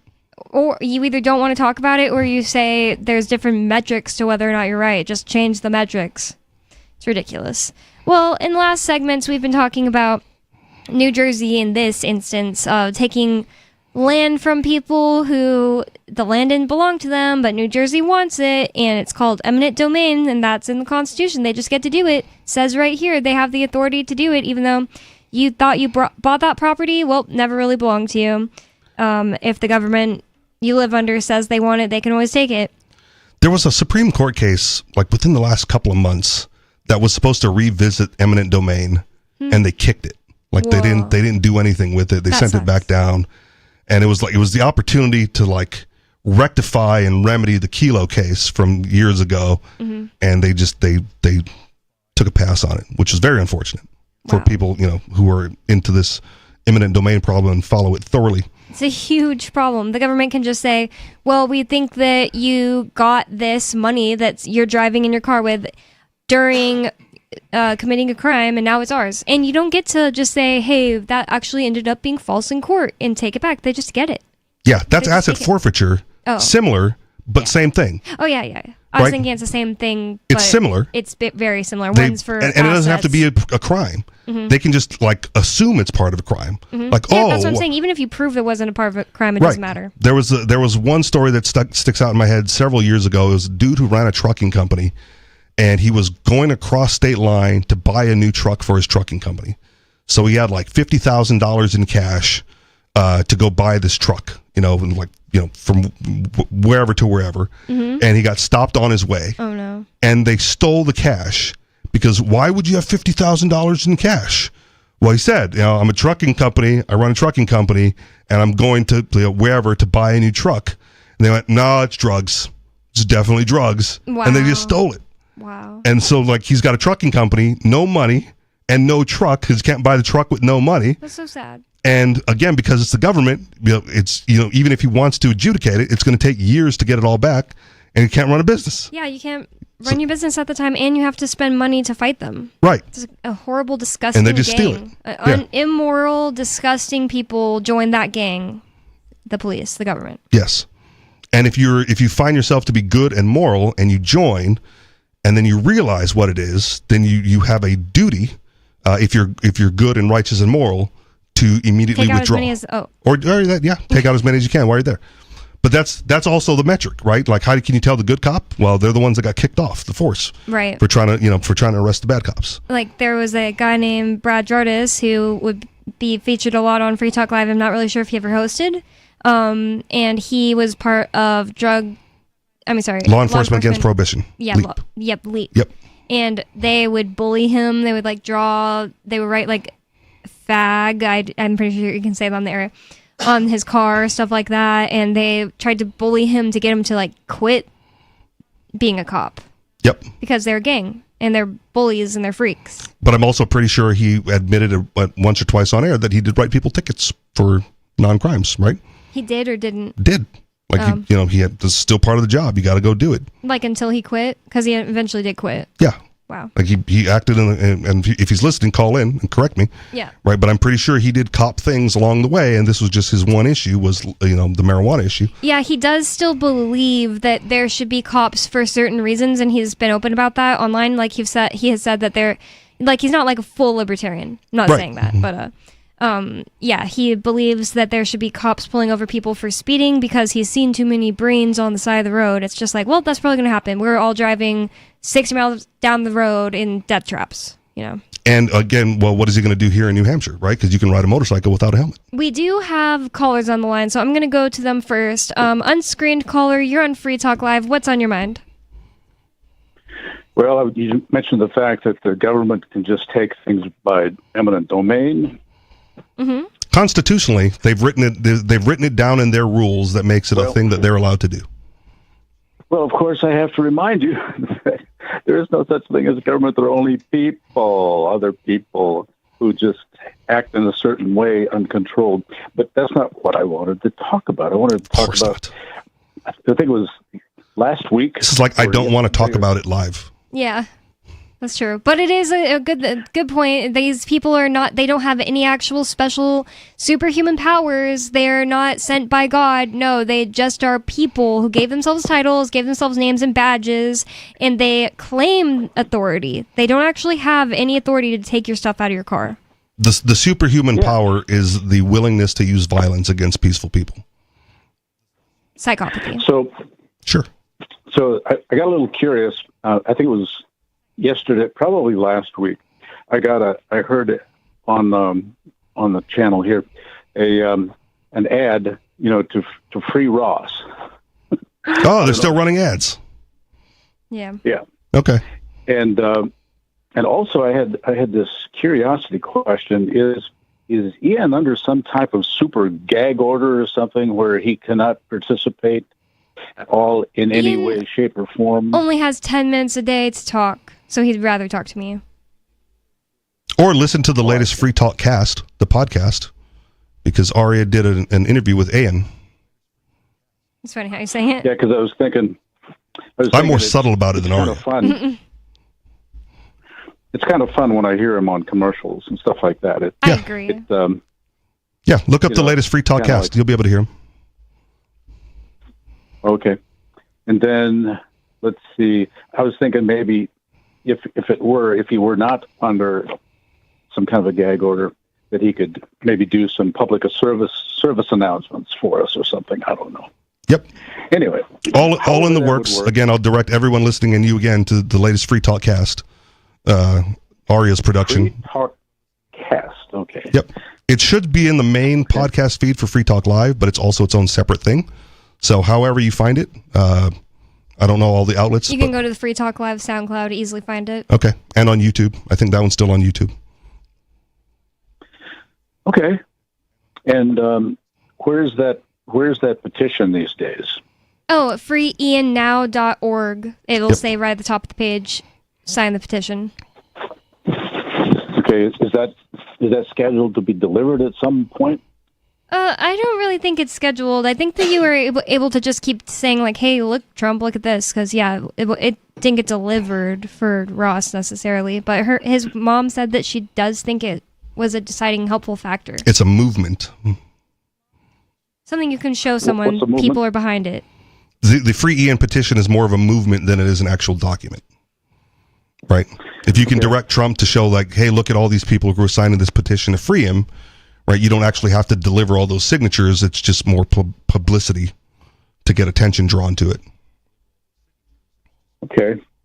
Maybe we should get some stickers for our cars. I don't know. Yeah, that's not a bad idea.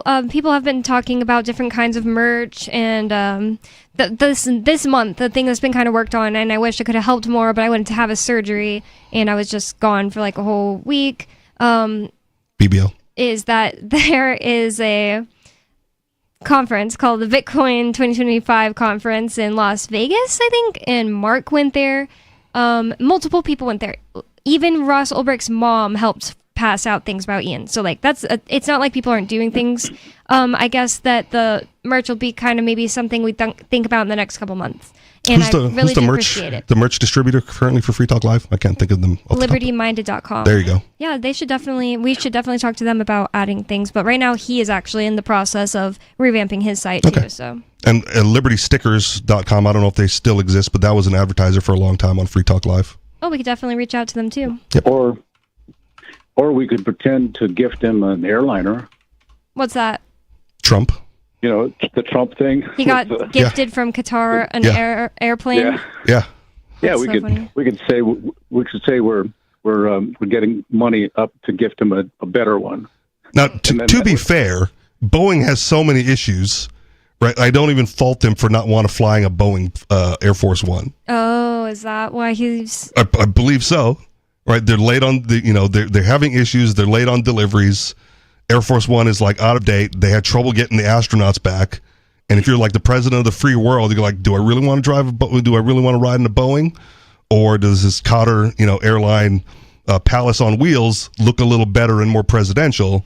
Maybe I go with the company that's not having so many mechanical issues. I was thinking something in the line of a press release, where you say we're nationwide, we're gathering together to counter the gift of Qatar. Anyway, I don't know if the feds would be thrilled with the idea of Ian being given some form of transportation. No, we would gift it to Trump as a bribe to get Ian out of prison. Oh, I see. I'm sorry. Oh, that's not a bad idea at all. I listened to Tim Dillon's comedy report about the Qatar thing, and he's dressed up with a Saudi Arabian looking outfit and it's like he's wearing gold and he has a tiger and the tiger has gold on him. Nice. And he's like, not everyone was bought out by the Qataris. This is just ridiculous. You people need to be more open to accepting gifts. and he actually said maybe the answer to all the world problems is to be more of a gracious gift giver. And honestly, maybe you're on something, Jet. Maybe we need to I don't want to say bribe. He's just open about it. Right? Like the entire lobbying industry is about bribing Congress people to vote in your favor or to pass legislation that favors your business or your industry. Right? Like that's all backdoor gift giving and hand wringing and whatever. He's just open about it. Maybe Israel needs to think about what kind of gift they want to give Trump, and then we'll all benefit. Yeah. I mean, like Thomas Massey said, everyone's got all of his other Congress critters. They all have AIPAC guys. Like they're all beholden to Israel anyway. Yeah, he has his own shoes. At one point, he has his own coins, and now, of course, the cryptocurrency and all that. There's got to be something we could come up with, like I don't know, a tie. I don't know, anything. A new tie, a new set of shoes. I don't know. It's just a kind of gift to get it into the press. For Trump, I think it'd have to be made of gold. Trump branded suit where the pinstripes say Trump. So you have to get really close to see it. Oh, nice. Yeah. Okay. Yeah. Made of Bitcoin Cassius coins. No, you destroy them. Well, he might like that because it's just decadence. Yeah. Yeah, you have to destroy all these Cassius coins to make my suit. Yeah, so the concept of finding some gift that could potentially be advertised, through a press release, that kind of thing. Yeah. I'll keep thinking about it. I really appreciate the brainstorming. That's awesome. And hopefully there will be free Ian merch in the next few months. We have other callers on the line. Thank you for the call, Jet. Unscreened caller, you're on Free Talk Live. What's on your mind? On the discussion of civil asset forfeiture, I kind of wanted to share something rather interesting. I'm not sure if you guys know or a lot of viewers know. But first of all, I'd like to clarify I'm a very staunch opponent of civil asset forfeiture as practiced. I think it's ridiculous, and it's simply a way for police officers to steal money from people. But one of the interesting without due process. Yeah, no, that's a huge problem. We're supposed to be a civil society, and it's evil. But I wanted to give an example I saw before. There was a fellow who didn't trust banks for whatever reason, but that's his choice not to trust banks. And I think it was in Colorado. And he would just carry copious amounts of cash on him, like $100,000 at a time. And one of the excuses they used to take the money away from him was they used the K-9 unit to sniff for drugs. And they were like, well, he's hitting for drugs. I'm not sure if you guys know this, but nearly every single piece of tender currency in the United States has some sort of trace of drugs on it. Yep. I've heard that. Mostly cocaine.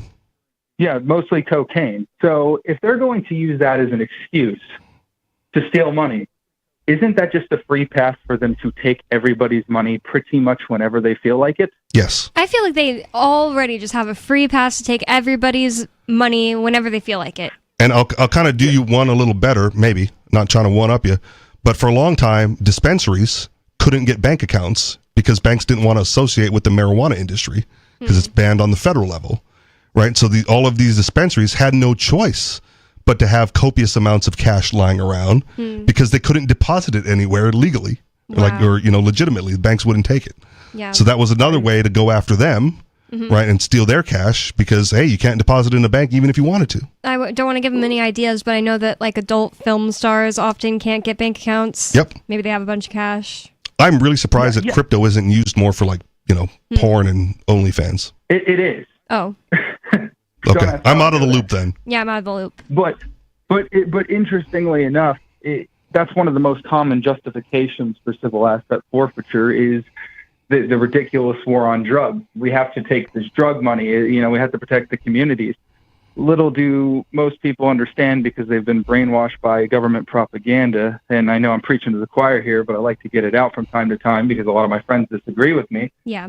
But the war on drugs shouldn't even exist. It's a problem they created by criminalizing substances for people to tweak their consciousness. They create the criminal empires. They create the sex trafficking. They create the violence. Yes. And then they turn around and they profit off of the violence that they themselves created. I'm not necessarily against the idea of seizing assets that are used in legitimate crimes. I don't believe drug crimes have a victim whatsoever, but it's absolutely ridiculous. And what assets? What would be a legitimate crime, and what assets would you seize? So I'll tell you, if there was provably some sort of murder for hire plot, and there was an investigation into it, and the murderer or the person orchestrating this kind of thing was brought before a judge, sentenced to his crimes, and these assets could be proved to have been involved in the crime, I wouldn't be against seizing them as a form of restitution for a victim. Okay. Sounds We're pretty saying solid. with sex trafficking. Yeah. Okay.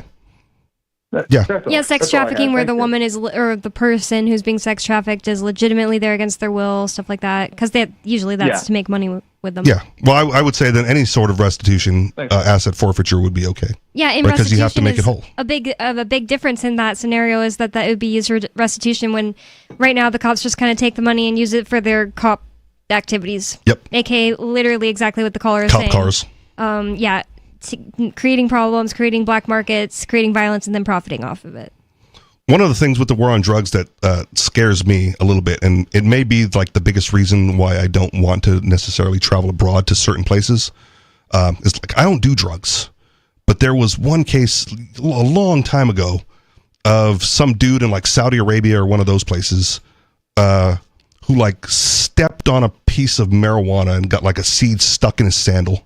Oh no. And they screened him at the airport and like then imprisoned him for like drug possession. Yeah. Like that's, the irony of me who like doesn't do it, doesn't deal it, doesn't sell it, doesn't purchase it, to step on something and get caught in a mess like that. I was like, not worth the risk. Yeah, that sounds so terrifying. Like I'll never get a DUI because I don't drink. So the irony of me like getting a DUI or anything like that is, stupid. It looks like that caller dropped off, so thank you so much for the call, caller. But we have another one on the line, so unscreened caller, you're on Free Talk Live. What's on your mind? Hi, this is Paul. I'm in Arizona. Hi, Paul. And, Bonnie, it's always nice to talk to you, and I look forward to the day when your husband can walk free. Thank you. Again. I appreciate it. I really echo the person that just ahead of me talking about the whole drug problem is a totally created one. But the problem, the issue is there's so many people who can't see reality. And I wanted to bring up a book that I came across. It's called What's Our Problem? It's a self-help book for society by Tim Urban. And he has a website called Wait But Why, which has got a lot of other nice content on it. But this book is just an incredible work. He says it took him 6 years to write this thing, and I believe it. and it goes into such amazing. It has a perspective that I've never heard before. I mean, I'm in my 70s. Okay, so I've been in the liberty movement. I've been in the tax movement. I've read a lot of this stuff. I've never come across this way of looking at society. And what he's done is he's taken the issue of the political spectrum, the left-right thing, okay, and of course you remember the libertarian Nolan chart, which takes the left-right and turns it into a diamond. Yep. Okay, so you've got left and right, then you've got up and down, and the bottom is libertarian and authoritarian, and the top is total anarchy. But it's still just a political spectrum. Okay, what Tim Urban has done in this book, he's taken the horizontal axis, left and right, and added a vertical axis, how people think. Okay, not just what they think. Okay, the left thinks that progressivism is the way to go, and there is no such thing as private property, blah blah blah. And the right is very much private property to the extreme, and But how you come to these conclusions is the important thing, and he's done an amazing job in this book to line out exactly what's going on and how you can spot stuff. Where would you say that you fall from? Well, can you distill it down? Like where would you say you fall on how they think? I'll distill it down. Basically, he starts out with the human race, thousands and millions of years ago. Okay, they're one of the first pages in the book. He's got a chart that says if human history were a 1,000-page book, okay, 250,000 years ago was the first page, and the last page, covers hundreds of years of history. And so the idea that for most of our lives, the human beings have survived based on their instinct, their animal, their primitive mind, okay? And that is, in a primitive situation, a primitive mind is important, okay? And, gratification, right. me first, blah, blah, blah, okay? I've done some self-help work, and the terminology used in that workshop was victim to a program. Right, but the deal is that the way of thinking is very, self-oriented, non-cooperative, instant gratification, stuff like that. Then what made humans become, tribal. Yeah, that's a good question. Yeah, the tribal mind. And what's happened in recent history is that people have figured out how to cooperate, how to use the upper part of their mind. Okay, and what he calls it is what is it here? Higher mind. Okay, I'll go with that. And so you're cheating. You've got someone feeding you information. Yes, my wife is. Nice. Me and Ian like to read books together. So it's fine. I'm just messing with you.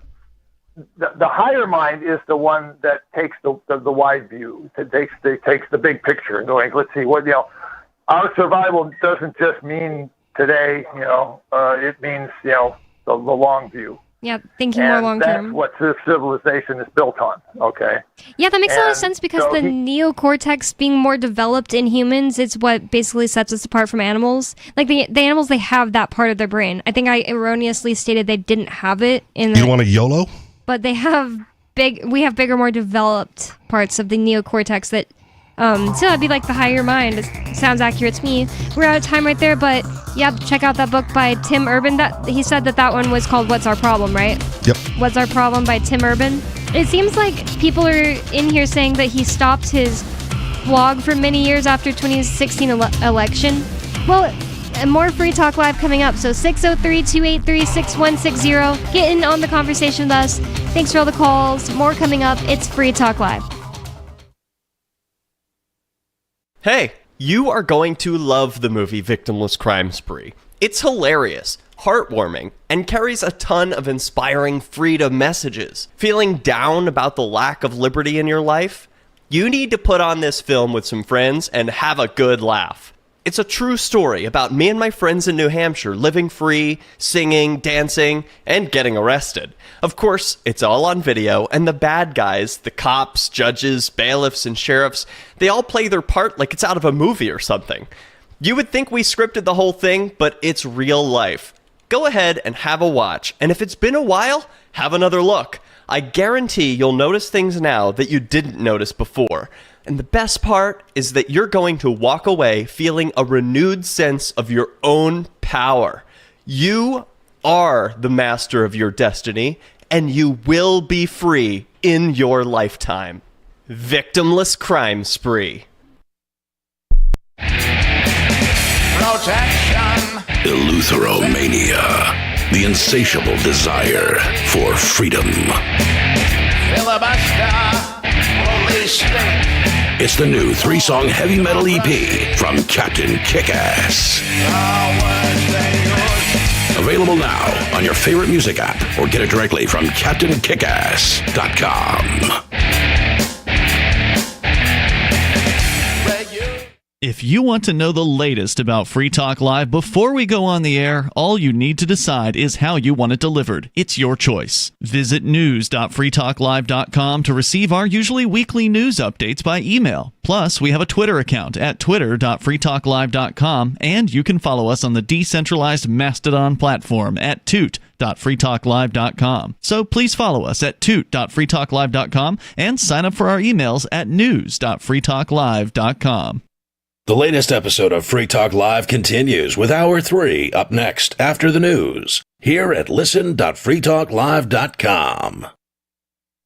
From Feature Story News in San Francisco, I'm Ira Spitzer. U.S. federal agents have searched the Chicago residence of Elias Rodriguez, the 30-year-old man suspected of shooting and killing 2 Israeli embassy staff members in Washington, D.C., outside a Jewish museum on Wednesday night. FBI Director Kash Patel called the killings an act of terror and said targeted anti-Semitic violence will be met with the full weight of federal law enforcement. FSN's Tony Waterman is at the scene of the shootings with the latest. Well, the investigation is still very much in the early stages. We are not even 24 hours after this event took place. There has been a very heavy police presence here, investigators inside trying to work out those details. A suspect in this case has been identified as 30-year-old Elias Rodriguez from Chicago. FBI agents are there right now going through what they believe to be the apartment he was living in, looking for any sort of clues as to what motivated him, why he came to this location. Was this intentionally targeted? Did he know these 2 individuals? One thing we do know, officials are saying that after the shooting took place, he went inside the museum, and eyewitnesses say that he tried to pass himself off as an eyewitness himself before security officials detained him. And as he was going into custody, officials say that he said, "Free, free Palestine." So there seems to be a connection, perhaps, between what is going on in Israel, what has been happening in Gaza, and the shooting that took place here. The exact connection is still unknown, but officials say this was very much a targeted attack, and they believe that he worked alone. The attack comes amid rising international condemnation of Israel's military campaign in Gaza.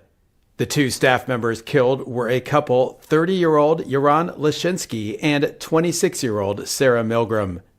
The U.S. Department of Homeland Security says it has revoked Harvard's ability to enroll international students, the latest escalation in the battle between the Trump administration and the prestigious university. In a letter, Homeland Security Director Kristi Noem accused Harvard of failing to comply with a request for records related to some students who held foreign visas, and said the Trump administration was holding Harvard accountable for fostering violence, anti-Semitism, and coordinating with the Chinese Communist Party on its campus. Last month, Harvard sued the government over pressure to impose changes to its curriculum, admissions policies, and hiring practices. A Harvard spokesperson called the administration's action unlawful and said that foreign students enrich the university and the nation immeasurably. From Bureaus Worldwide, this is FSN. With FSN Spotlight, I'm Simon Marks. Today, remembering the actor George Wendt. If you don't recognize the name, I'm sure you recognize the character. Afternoon, everybody. Norm! How you doing, Norm? Cut the small talk and give me a beer. Norm Peterson from Cheers, the roly-poly barfly, arguably the sitcom's most popular character, although there was plenty of competition given the amazing talent among the cast. George Wendt died this week at the age of 76. With more than 170 film and TV credits to his name, he got his start sweeping the floors at the Second City, a world-renowned improv joint in Chicago. Occasional roles on TV led him to being invited to audition for Cheers. My agent called and said, honey, they want you to do this Cheers. Now, you're not available. They want you to come in anyway. And it's really small, though. I go, oh, okay. How small? Well, it's really just one line. I go, oh, okay. Oh, actually, it's one word. Come to think of it, it's one syllable. I go, what's the syllable? She goes, beer. From that one syllable, a legend was born. Norm Peterson appeared in every episode throughout the comedy's 11-year run. George Wendt had scores of other roles and several Emmy nominations. He called Norm the prototypical slacker, which he believed was key to the character's popularity. With FSN Spotlight, I'm Simon Marks. The main news again. U.S. federal agents searched the Chicago residence of Elias Rodriguez, the 30-year-old man suspected of shooting and killing 2 Israeli embassy staff members in Washington, D.C. And in the latest escalation in the battle between the Trump administration and Harvard, the Department of Homeland Security has revoked the university's ability to enroll international students. That is the latest feature story news. Ira Spitzer. This is the Onion Week in Review.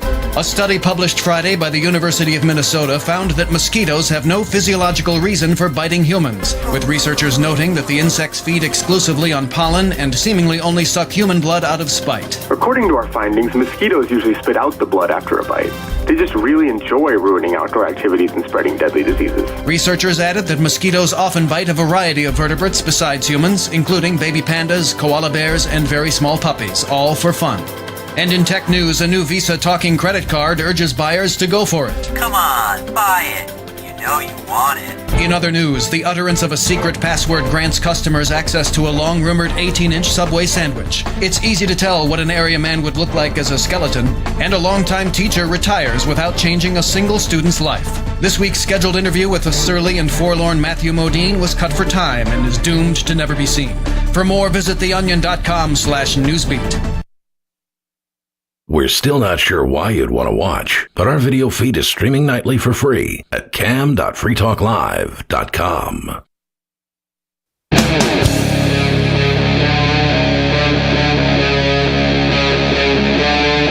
Free Talk Live.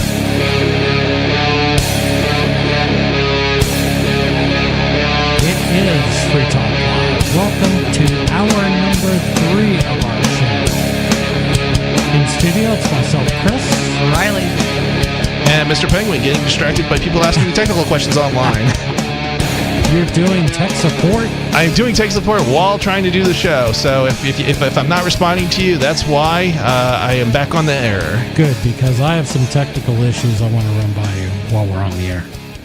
Okay, yeah, so I don't know I'm going to do technical support on the air, but if you message me when we get into intermission, I may respond. You may, but you may not. This is true. It's at my It's completely leisure. Unreliable tech support from Mr. Penguin when he's doing a nationally syndicated radio show. So who knows what could happen? Exactly. Well, I'm not going to hold you to any tech support promises you may have just made. Now he's just. I don't even know what tech support promises I just made, but I feel like you're fabricating something because I probably haven't made any promises, but you haven't. I'm just trying to keep things light. Wow, we've been kind of all over the place on this show tonight. I do want to talk about that one story I kind of teased about Trump actually possibly doing something good. I'm reluctant on all this stuff because I was one of those guys who would not have voted had it not been for the opportunity to cast a vote that might free Ross Ulbricht.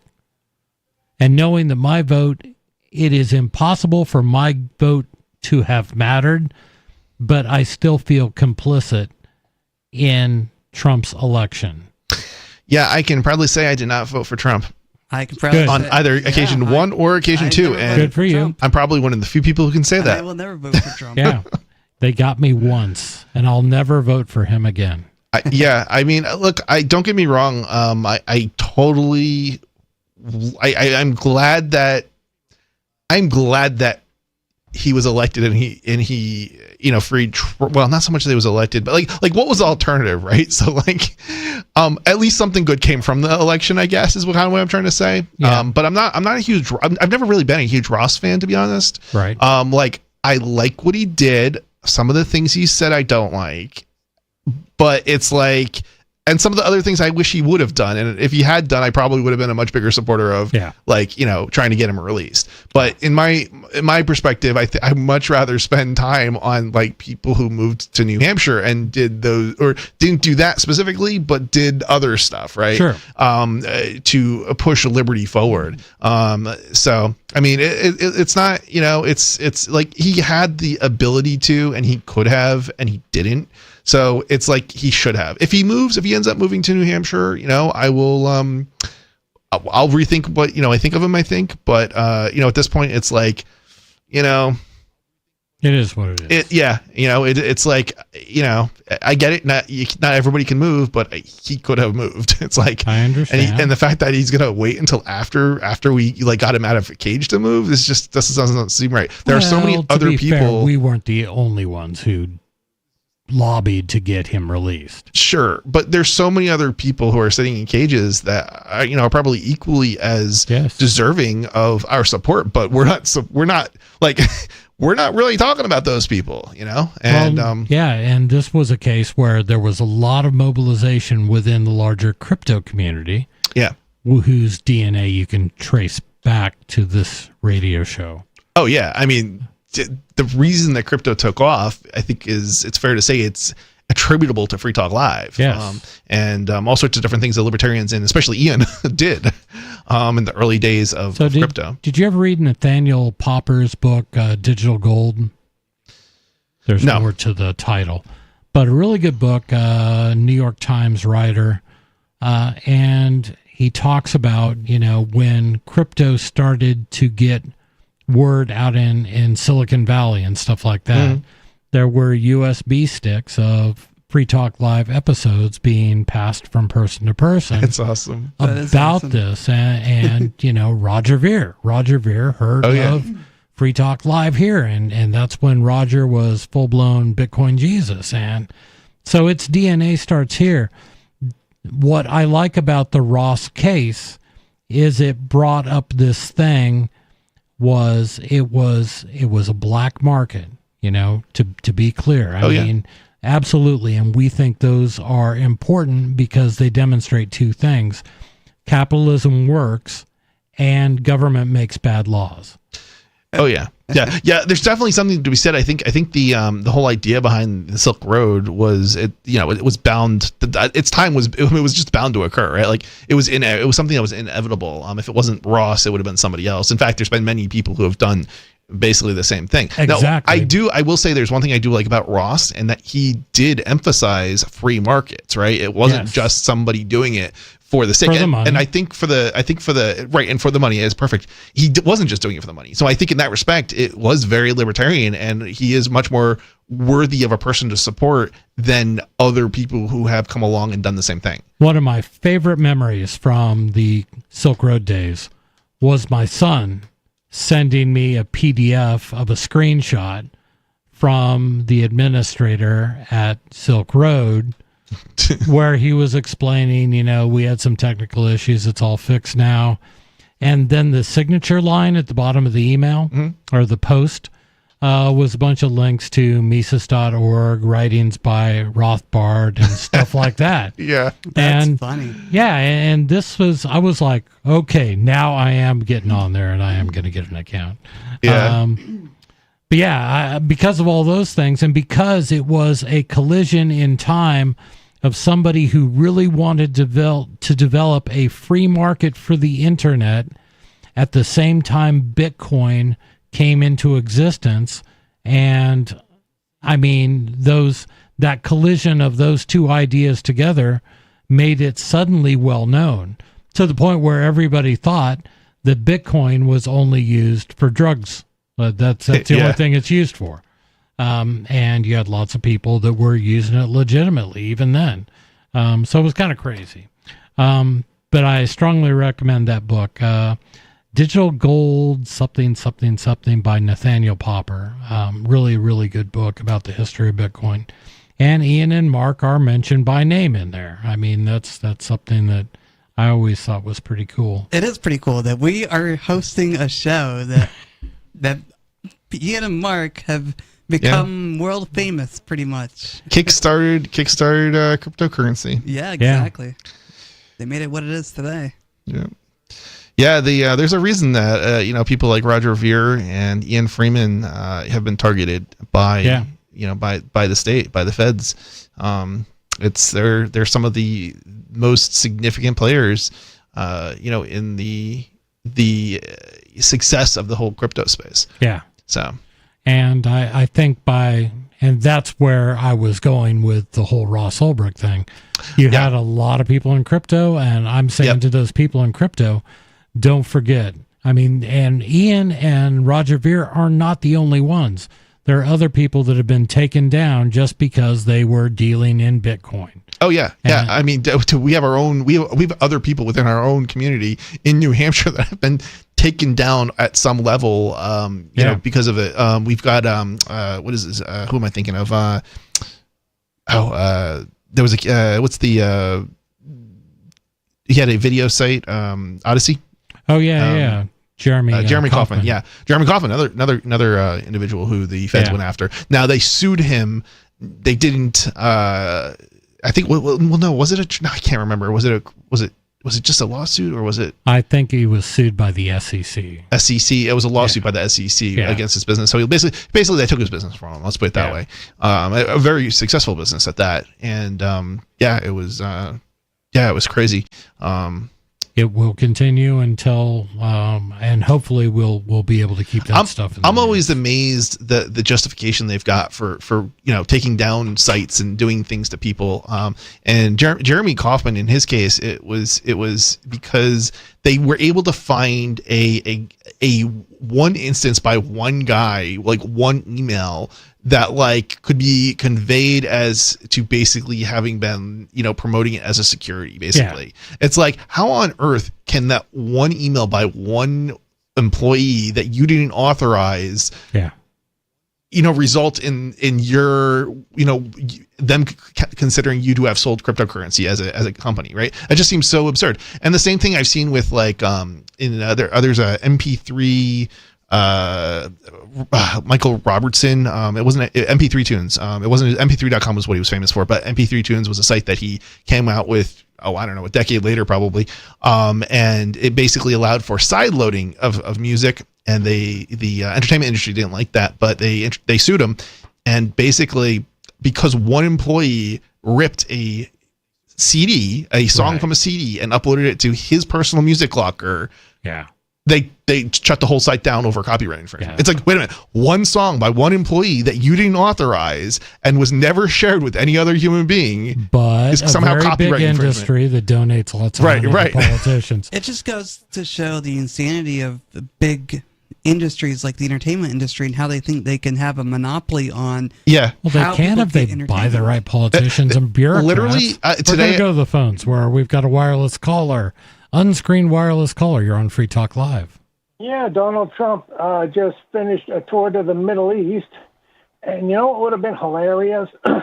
What's that? The Qataris were really offering him that 747, and they said, we want you to check it out now and take it. We'll take you for a spin, and you see how you like it, see if there's any things you need to change. I don't know, the temperature, the kind of air conditioning. Maybe you need more microwave ovens in it. And they take off. And instead of going over Saudi Arabia, maybe if they go were to land in Iran, where Trump is wanted for murdering a Iranian general, and they would hand him over to Trump, hand him over to the Iranians, as an extradition. Wouldn't that be a dirty trick? Wouldn't that be? That would be. That would be funny. That would be. but it This didn't happen. sounds like too much This sounds too entertaining for anybody to make into a film. But that would be hilarious if it was It like. would be, I mean, those lines on the map mean so much to bureaucrats. You They know? do. Yeah. I was just thinking of that. That would have been hilarious. It would have been. Anything else? Oh, he's already gone. Well, that's Thelma, New Hampshire for you. Cool movie ideas. I know. Yeah, I like that one. That sounds like a really entertaining movie. Okay, so back to the story. Trump admin, which they mean by administration, Trump administration permits sale of devices that allow standard firearms to fire like a machine gun. Gun control groups condemned the move as, quote, a dangerous backroom deal spearheaded by Trump general counsel, unquote, that, quote, effectively legalizes machine guns, unquote. This is from NBCnews.com, so prepare yourselves for some anti-gun talk. By Ken Delanian. The Trump administration has decided to permit the sale of devices that enable standard firearms to fire like machine guns, a move that one person familiar with the matter said was, quote, by far the most dangerous thing this administration has done, unquote, on gun policy. All right, I'm sorry, but I got to stop you for a second. How is that dangerous? You can already take a paperclip and turn any semi-automatic into a fully automatic machine gun, correct? You can do it with a rubber band, too. Okay, so you can do it with rubber band. So how does this make anything more dangerous? I mean, literally, it's the only difference is somebody deciding to do it or not do it. So I was hoping this article would give us a little insight and hopefully a web link, but it does give us some names of businesses that are going to stay in business, evidently. We'll continue. The Justice Department on Friday announced a settlement in a lawsuit brought by the National Association for Gun Rights. The lawsuit alleged the ATF rule banning, quote, forced reset triggers, unquote, devices that allow semi-automatic weapons to fire rapid bursts of bullets. Quote, this Department of Justice believes that the Second Amendment is not a second-class right, unquote, Attorney General Pamela Bondi said in a statement, quote, and we are glad to end a needless cycle of litigation with a settlement that will enhance public safety, unquote. Vanessa Gonzalez, a spokesperson for Giffords, that's the National Gun Violence Prevention Group led by former Representative Gabrielle Giffords, condemned the move. Quote, the Trump administration has effectively legalized machine guns. Lives will be lost because of his actions, unquote, said Gonzalez. Quote, this is an incredibly dangerous move that will enable shooters to inflict horrific damage. The only people who benefit from these being on the market are the people who are willing to make money from selling them. Everyone else will suffer the consequences, unquote. Well, I disagree with you because the first thing I'm doing when I get home is Googling forced reset triggers and trying to figure out which one I can get that will fit on one of my firearms, if I had any firearms to put them on. Didn't you lose them in Lakewood and Pisaki? I hate that. I've lost so much cryptocurrency and guns due to boating accidents. I know. It's well, hold on. You got to be careful because they still expect you to pay your taxes on your lost crypto. I can't even. I think all the records were there too. I don't think it matters. I know. I think they're still going to consider it. I think they still will make you pay. The move comes after a majority of judges on the conservative Fifth Circuit U.S. Court of Appeals appeared to side with the gun rights group during oral arguments in the case in December. The judges cited a Supreme Court decision last year finding that another rapid-fire device called the bump stock did not convert firearms into illegal machine guns. A good decision there, too. Since the forced reset trigger devices will not be considered firearms, they can be purchased anonymously without a background or age check. Of course they can, just like a bump stock, which is a piece of plastic. Literally a piece of plastic. That's what a bump stock is. Yeah. It's got a spring in it. Big deal. Yeah. But now the Trump administration is abandoning the effort to restrict the devices. Former senior ATF officials criticized the move and predicted that the courts would have upheld a ban on reset trigger devices. Quote, "We're going to win this," unquote, said the former ATF official. Quote, "These things are not like bump stocks." Well, who cares? They both accomplish the same thing, as does a rubber band or a paperclip. There's all kinds of ways you can make guns do wonky things like fire quickly. See, I would love to, this is like the conversations we should be having are like, can we outlaw nukes or something like that? Like individual ownership of nukes. Like those are the conversations we should be having. Not bump stocks. Not toy. Effectively But no one what wants amounts to to have those toys. conversations because they'd rather talk about the guns. Because right. in their minds, the people who have the nukes are the countries, not individuals. Individuals are not going to possess nukes in their minds. Probably not, even if it was completely legal. But that's beside the point. It's just that the ridiculousness of it. It's like. You're not. There's no way you could possibly claim that you're going to be making people safer by banning, fully automatic when you can take any semi-automatic and use a rubber band or a paper clip to make it fully automatic. Yeah, I agree with you on it that. doesn't. It's too easy for anybody who owns a semi-automatic to turn into a fully automatic. That no matter what the law is, it doesn't have any impact on safety. And the Las Vegas shooting at the country music festival, that one was horrific. That is the only case I can recall of a bump stock being used in a crime.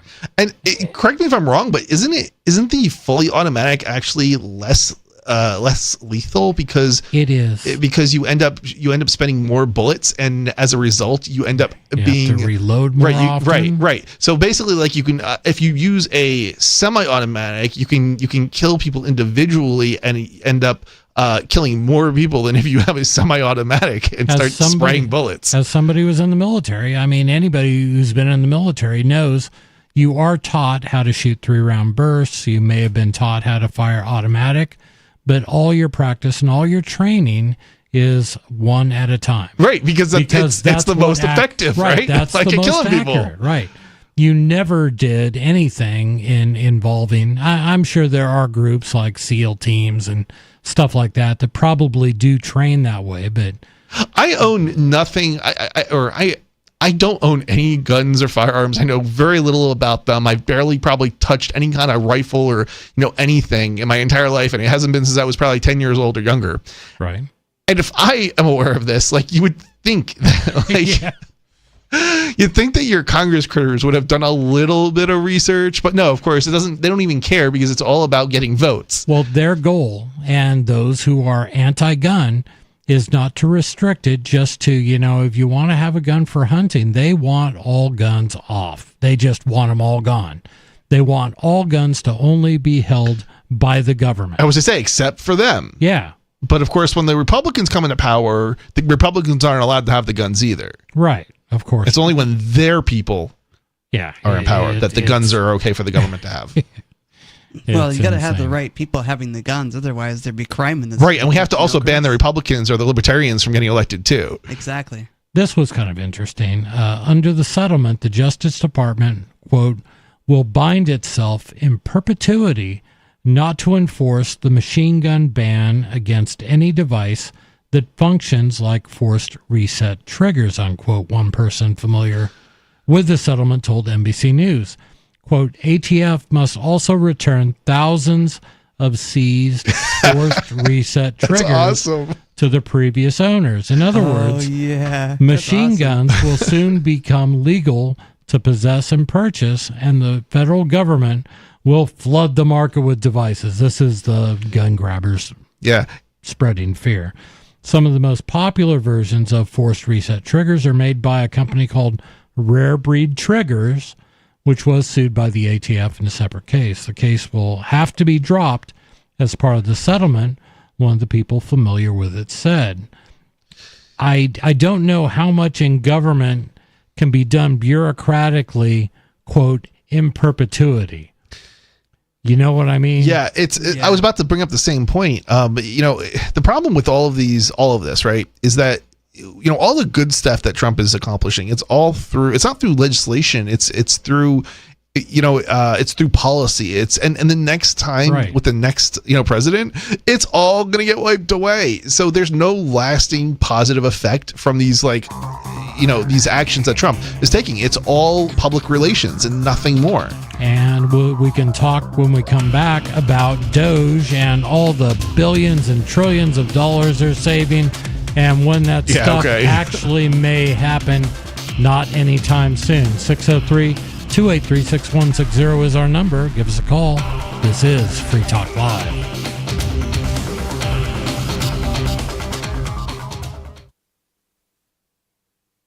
This hour of Free Talk Live is brought to you by Dash Digital Cash. Dash is the cryptocurrency designed to be used for spending. In addition to being one of the world's first cryptocurrencies, Dash was the first crypto project to have a decentralized autonomous organization that to this day continues to improve and promote Dash. Every month, 10% of the mining rewards go into a treasury. Anyone with one Dash to spend can put forward a proposal to the Dash masternodes. The masternodes vet the proposals and decide which ones move forward and are funded by that treasury. Nowadays, DAOs are plentiful, but Dash paved the way by doing it first, nearly a decade ago. Dash is one of the oldest cryptocurrencies and is widely available on exchanges, including the decentralized Maya protocol, and in multi-crypto wallets. It's easy to get and use Dash. Start by learning more at dash.org. Thanks to the Dash DAO for sending us 32 Dash per month to promote Dash on the air. Visit dash.org to learn about Dash. Dash.org.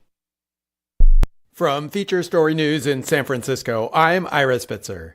U.S. federal agents have searched the Chicago residence of Elias Rodriguez, the 30-year-old man suspected of shooting and killing 2 Israeli embassy staff members in Washington, D.C., outside a Jewish museum on Wednesday night.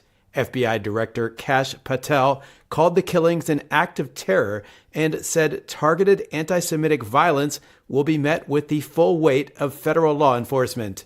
FSN's Tony Waterman is at the scene of the shootings with the latest. Well, the investigation is still very much in the early stages. We are not even 24 hours after this event took place. There has been a very heavy police presence here, investigators inside trying to work out those details.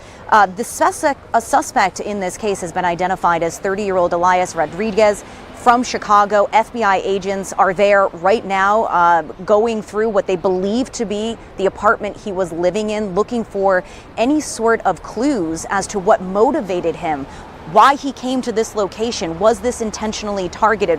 Did he know these 2 individuals? One thing we do know, officials are saying that after the shooting took place, he went inside the museum, and eyewitnesses say that he tried to pass himself off as an eyewitness himself before security officials detained him. And as he was going into custody, officials say that he said, "Free, free Palestine." So there seems to be a connection, perhaps, between what is going on in Israel, what has been happening in Gaza, and the shooting that took place here. The exact connection is still unknown, but officials say this was very much a targeted attack, and they believe that he worked alone. The attack comes amid rising international condemnation of Israel's military campaign in Gaza. The 2 staff members killed were a couple, 30-year-old Yaron Lashinsky and 26-year-old Sarah Milgram. The U.S. Department of Homeland Security says it has revoked Harvard's ability to enroll international students, the latest escalation in the battle between the Trump administration and the prestigious university. In a letter, Homeland Security Director Kristi Noem accused Harvard of failing to comply with a request for records related to some students who held foreign visas, and said the Trump administration was holding Harvard accountable for fostering violence, anti-Semitism, and coordinating with the Chinese Communist Party on its campus. Last month, Harvard sued the government over pressure to impose changes to its curriculum, admissions policies, and hiring practices. A Harvard spokesperson called the administration's action unlawful and said that foreign students enrich the university and the nation immeasurably. From Bureaus Worldwide, this is FSN. You can help spread the ideas of liberty with our Patreon for just $5 per month at amps.freetalklive.com.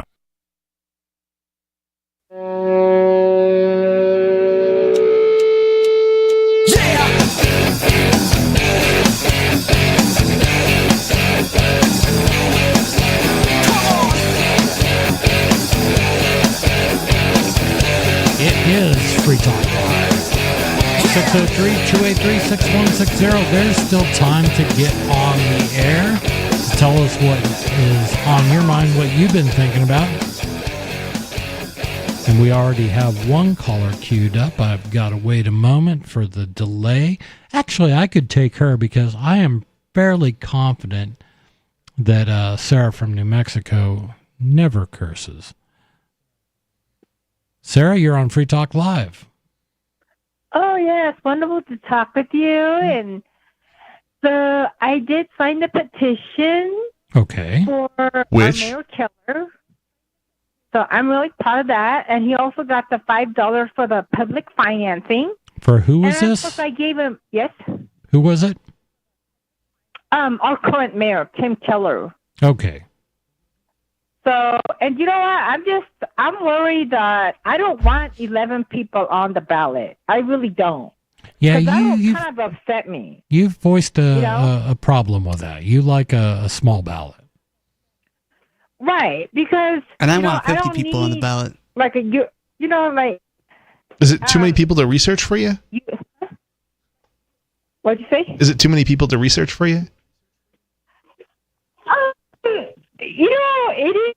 Yeah, it kind of is because it's more work. It's more work. Yeah. Yeah, democracy Yeah, it should is. be hard work. Well, that's why I'm gonna just stay with our current mayor, and you know, maybe it might be he's building this youth center like 6 months before he gets reelected. This might be like a little gimmick to get him reelected, but I From like a it. politician? No. Yeah, well, I mean, he's going to do the most before they get elected. I don't care when he built it. The fact that he's building a youth center. I used to be a homeless young person under 25, and it was extremely dangerous. I was inexperienced with life. I had pimps coming after me. It was just, I mean, atrocious. So when I found a youth center in the Seattle, Washington, it was like going into heaven. I felt so safe, so secure, and I want that for Wait, the what? homeless youth here. This was before you ended up in Albuquerque, correct? Right. Well, yeah, I was I was about 28, and I was in Seattle, and they had a youth center. And you have to be under like 21 to use that center to get mail. They get lunch there. But it was such a safe environment. So, you know. So wait, you were using this when you were 28? Well, I mean, I wasn't using it. I was not allowed to. But you know what? A lot of younger people they kind of try to they were like 24 or whatever. And they stayed. I really didn't use it. But you hung out there. I found and out what it was about. Okay. And So why would it make you feel safe if you weren't even the one using it? Could you The visit or? environment, it just felt when I was there, it just felt like it was only for the young people. So it felt like a safer environment. You felt it was a good program. Yes. So I think this youth program, they do have a youth shelter, but probably like 10 beds for guys, 10 beds for women, and that's it. And everybody else just sleeps out on the sidewalk. And so he's building a bigger building for under 25. And I'm impressed. What's he doing? What's he talking about to address the issue with kids on the street in the first place? Well, I guess he just wants to help them. And by building the center. Is he offering them a path towards gainful employment? Are you sure he hasn't just criminalized it? Well, I mean, these kind of centers, he learned that it's best to have all of the programs. They're there to sleep, take a shower, and eat. So you have all the drug counselors, the social workers, the employment service, everybody there to help them out at that place instead of running them around. All right. So, Is this all funded by charities and donations, or? I think it's a city project. So I think this is city funded. I guess they could take private donations, I suppose. I don't know. Yeah, but the bulk of it comes from tax dollars taken from everyone, I assume. Is that correct? Oh, yes. Well, I mean, but do you want the tax dollar to be used for war? Do you think that's a better spending? 50% of our no, better spending would be getting people gainfully employed. Well, better spending would be not taking the money from people in the first place. Right, because then it would be more efficiently spent by people through charitable means, and there would be some level of accountability that we are lacking with the government solution. Yeah, and I know you don't always see eye to eye with us on that point, but I do believe that people would fund something like what you describe. If people weren't taxed to death and had more disposable income, I'm certain you could raise enough money by having, galas and free concert or concerts to raise money or whatever. Right, spaghetti dinners and stuff like that would easily cover all these costs. I just I get frustrated by people seeing a problem and then believe that tax dollars is the only possible solution. Yeah, something is a great opportunity to bring up. The 100, I think it's 100 nights. Yeah, 100 nights in Keene. 100 nights in Keene, is charity based, and they take cryptocurrency actually. So if you check it out, you can make a donation. And you don't have to be a local to make a contribution there. But it's one of the organizations that I have made contributions to many times, and I know a lot of people in our community have as well. Ian, actually, he was brought up at Ian's trial. Yeah. So. Yeah, that's my whole thing. I love what you're talking about, and I really like the fact that this whole program seems to be more focused on the health, on getting these kids healthy and trying to provide them with a path to becoming productive members of society. I applaud the purpose. I just disagree with the funding. Does that make sense? Well, the solution to the funding, not the funding itself. Right. Well, the thing is, even the nonprofits, the churches that we were talking about, they qualify for these religious halfway homes. The grants are actually coming from federal tax dollars. Sometimes if they choose to take them, yeah. So then you're talking about all these church charities. Even they get tax dollar subsidies, and they shouldn't. So this was not always the case. I'm old. I'm like 300 years old. You know that, right, Sarah?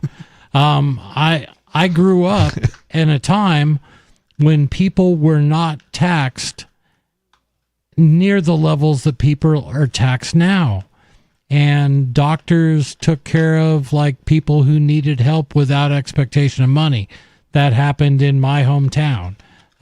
Wait, you're not that old, are you? Well, I'm older than dirt. But the dude, you can't be older than 50, right? Oh, please. What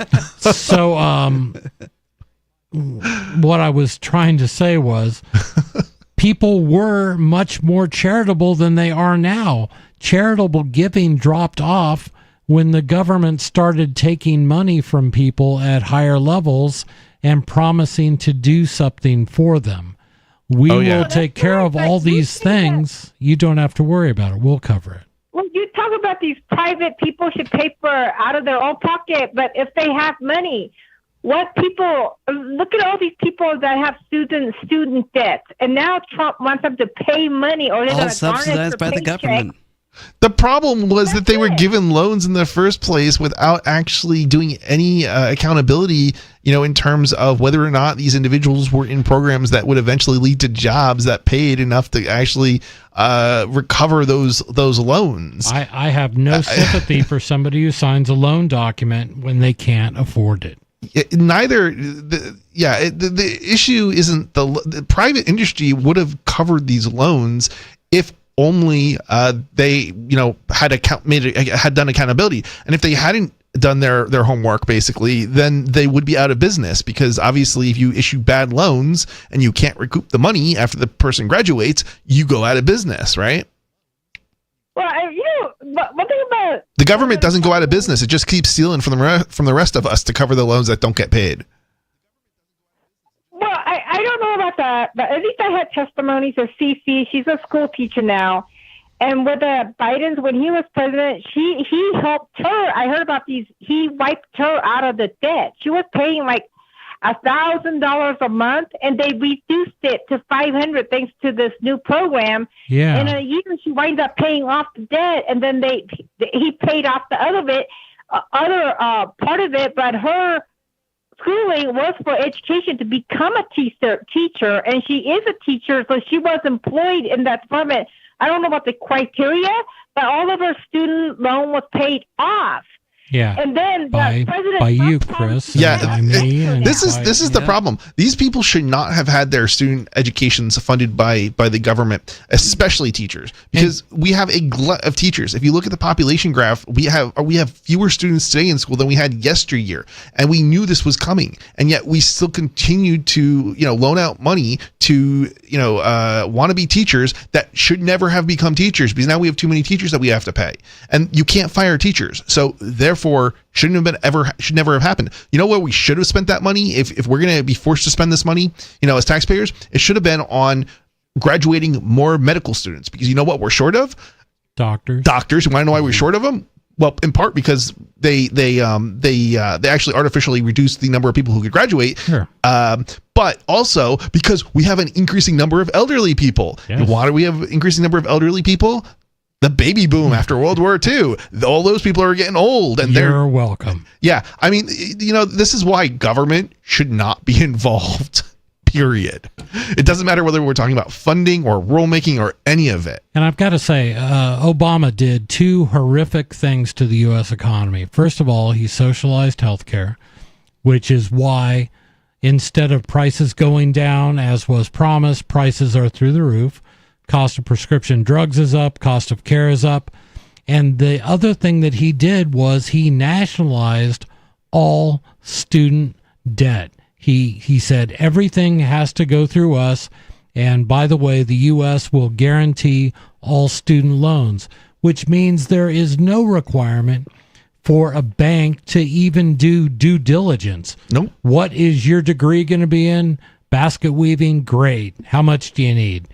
It made education more expensive because the colleges realized, hey, this spigot is turned on and it will give us as much money as you want. College education didn't go up by the amount of inflation. It went up by like 8% when it was at 2 or 3% a year. And it's like, why do you think that is? It goes up more than inflation explicitly because you literally took money from the general population and loaned people money, as opposed to before they actually had to compete for people based on price. And when you compete on price and people can't afford it, well, you get fewer students. So you're incentivized to keep the prices affordable. So there we looked at healthcare and we looked at student loans as both things that are horrifically expensive after government got involved. Right. Education good, government involvement bad. Yes. Well, anyway, I'll get back to, if anybody's listening in Albuquerque, do not sign for these idiots just to be put on the ballot. That's what I'm asking. Because I don't want every person that want to run 50 people ballot, all this nonsense. Do you think she's an AI? It's very confusing. If there's anybody listening, sign for the people that think that they could do a job, got some kind of job. Those people that believe, I'll put you on the ballot. I'll just sign. It's like a broken record. Well, she's upset about this, and I get it, Sarah, but aren't there rules? Aren't there rules in your city charter and your whatever passes for a constitution? Didn't the voters signatures, and they give you 2 months to get it from Albuquerque registered voters? That's the little net. Right. So if you're an idiot, I hope people don't sign for you, because I don't want you, if you're not qualified, to be on the ballot. And there's people that believe, oh, I'll just sign so that you could be on the ballot. We could decide not to vote for you at that time. I don't like that. I really don't. I know you don't, but personally, I like the idea of a full slate of characters I can go through and see if I like any of them. It is more work. I admit that. And if I don't know somebody personally, I just don't vote for them. And if there's nobody running who I personally know, I'm not going to vote for them. I think we need a new system of government, and it's not based around democracy. It's not based around a dictatorship. It's based around random numbers. And basically, you take everybody in the population. It doesn't matter their age, doesn't matter their gender, doesn't matter their immigration status. Every single person, and then you simply randomly select them. So if they're 8 months old, no problem. I'm fine. You can make them president if they're selected. If they're 92 years old, president if they're selected. If they're 13, no problem. Ladies and gentlemen, the President of the United States, Sarah from New Mexico. I think we would literally have a better solution than democracy. But only one term. I'm definitely limit it to one term. Damage. Cool. So here's the thing: is that if it was just only narrowed down to 3 candidates. If anybody gets 51%, they get it. They get to win the election. If they got 8 to 11 people, they have to vote again, and it's just taxing. So are you working on changing this? When are you running for office, Sarah? Everybody wants me to run for office. Well, do that. Yeah, you should run for office. Well, you're passionate. You should run. Right, you're the most passionate person I know. From Albuquerque, New Mexico. I mean, why not run? Yeah, I don't know. You know what? Martin Heinrich used to be a city councilor. He used to be my city councilor district. Okay. He was one of the candidates to be vice president. So he could have wound up being a president. Sarah, after he became a Congress. Sarah, if I lived in Albuquerque, New Mexico, and you ran, I would absolutely vote for you. See, you've got one. You've got one vote already. You're the only person I would vote for on the left. I honestly, I'm sorry, but everybody else, no. You, I will vote for you. I would too, Sarah. I would too. So you got 3 votes, Sarah. You got 3 votes from libertarians. That don't count. Yeah, well, that might be, but... Right, but it's a thought. Yeah. But it's amazing. I've been telling people are acclimated to voting 2 times. It's like this is standard procedure, the runoff. They know they have to vote 2 times, and they do it. So the people that are serious, they think that they have to vote 2 times. But I think if I had to vote once, the first time, narrowing it down to the last 2 is more important. And maybe I could, that is more important than voting it that when there's the last 2 people. So who makes those rules? Was it a referendum? Did everybody vote for this? Was it a city council? Was it something like that? I have no idea, because they got into a situation where they had 3 candidates, and what happened is that this is Albuquerque is a Democratic city, and the Republican got in because he had all of the Republican, but he did not get 51%. But he got the most votes, and that's the way it was before. So he ended up getting in, and the other 2 candidates, the Democrats split the votes. So they had this new policy: you have to get 51 the first shot, otherwise you do the top candidates and doing the runoff. So everybody's accustomed to voting 2 times now. Huh. Well, I don't know. I mean, that's the thing that you have a problem with. So I would research how that changed in the first place, and then try to convince people that it should go back to the old way. Why not do that? Okay, nice talking with you. So you have a good night. Yeah, Bye-bye. you too, Sarah. Thank you. When she's done, she's done. Oh my god, that's all right. Yeah, I always enjoy a good. I feel like we held her on for too long anyway, but well, every call seems like it goes too long. I don't know about every call, but I do try to always interject, at least try to get her to think a little bit. And I know I don't she know if you're going to make much idolizes. progress with Sarah, though. No, she calls. I've only been She's working called on in it. as long as I can remember. I've only been working on her for 10 years. In another 10 years, it still won't matter. Goes in one ear, goes out the other. Yeah. Yeah. Oh, God. I kind of get it. But what do we just give up? If people are calling with a diehard leftist point of view, and I personally disagree with them, I'm going to continue to try to make a difference. I actually do like when people on the left call, and people on the right, because it gives us an opportunity to have a discussion. Oh yeah. It's sometimes it's hard to have discussions with people who are just so out there, but it's good to have a discussion. Like, I don't think we're going to change anybody's mind. Don't get me wrong, but I still think it's good to have the discussion. And I don't think it's never about changing Sarah's mind. I'm never going to do that. No. I'm just one ear out. It goes in one ear, goes out. I don't even know if it goes in the ear. Right. But for somebody else listening, it might ring a little bit of truth, and maybe they'll at least think. Sarah will never think. Yeah, I tend to suspect probably not. But you know what I do think it does is it gets people, it gets the ideas of liberty out there. And some percentage of people, I think, will end up hearing about things like the Free State Project, and they'll end up moving to New Hampshire, and we'll have some impact somewhere.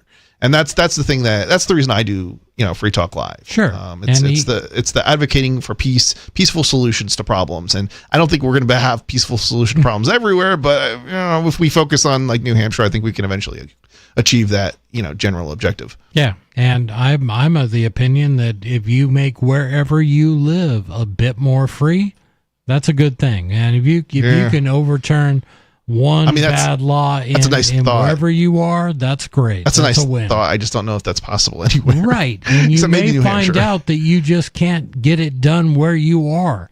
Right. That you're just beating your head against a wall. Well, I mean, if you come here, you'll have people on your side. I see it every day. I mean, all right, that's a little bit over the top, but I see it a lot. Like, so actually, it's a great time to bring up in our 2 minutes that we got left. I went to a Shiloh had a trial in Vermont the other 2 days in a it was 2 day trial, and it was I'm trying to think what the charges were exactly, but basically it was hindering a police officer or impeding a police officer. Okay. And this trial, the trial basically had no evidence. It was all speculative, and basically you had to infer everything. So allegedly, what did Shiloh do? So allegedly, well, I can tell you what she did do, right? So there's video of it, right? And it literally does not matter because nobody thinks, nobody thinks for themselves, ever. And this is why you can't change people's minds. The evidence was basically a video that showed her getting into a car. Well, two kids running to the car, getting in the car. The office, it was a very, very, very brief interaction with law enforcement, but Dylan, the boyfriend, was basically told he was under arrest, and for what I don't know, because he hadn't actually committed any crimes yet, but nonetheless, and the officer was dealing with him. Now he had a firearm on him, he had a gun, and so for safety reasons, they put him under arrest, and they never told anybody that anybody was being detained, although they did tell Dylan that he was under arrest. And Dylan was the one right next to the cop, and behind Dylan was the car, and the two kids ran into the car. And as that's happening, she's going around to the driver's seat, gets in the driver's seat, and takes off. Now, she obviously knew there was a law enforcement officer, but at no point did they ever, tell her she was detained. They never told her, anything in regards to, you can't leave, you can't go. Right. The court, there was a court order, but she was never informed of this court order. Nobody was. Anyway, or she couldn't hear it anyway. And it was pretty obvious from the video she wouldn't have been able to hear it, because she was kind of, first of all, she was clearly focused on getting out of there and going around the car. And so she wouldn't have been able to hear it. But it didn't make any difference whatsoever. She should have known, basically, is what they argued, because of various law enforcement attempts to reach out. But they said, no, we don't want to talk to you every single time. And so somehow, this is impeding an officer, even though there was no knowledge that she was helping the kids get away or something. And the kids were in the court. One of the kids was at least in the court order to show up in court, and they were On Free Talk Live, we're bringing people to the ideas of liberty every day. From wrestling superstars like Glenn Jacobs. You guys really are having an impact, I believe. Like I said, a lot of where I am now is due to listening to Free Talk Live. You changed my mind on some very important issues years ago. To random people tuning in on the radio. I was kind of stuck in the left-right paradigm. I heard your show by chance on a Saturday night. From there, I went on, joined the Free State Project, and become an amplifier. So, I mean, that's really the reason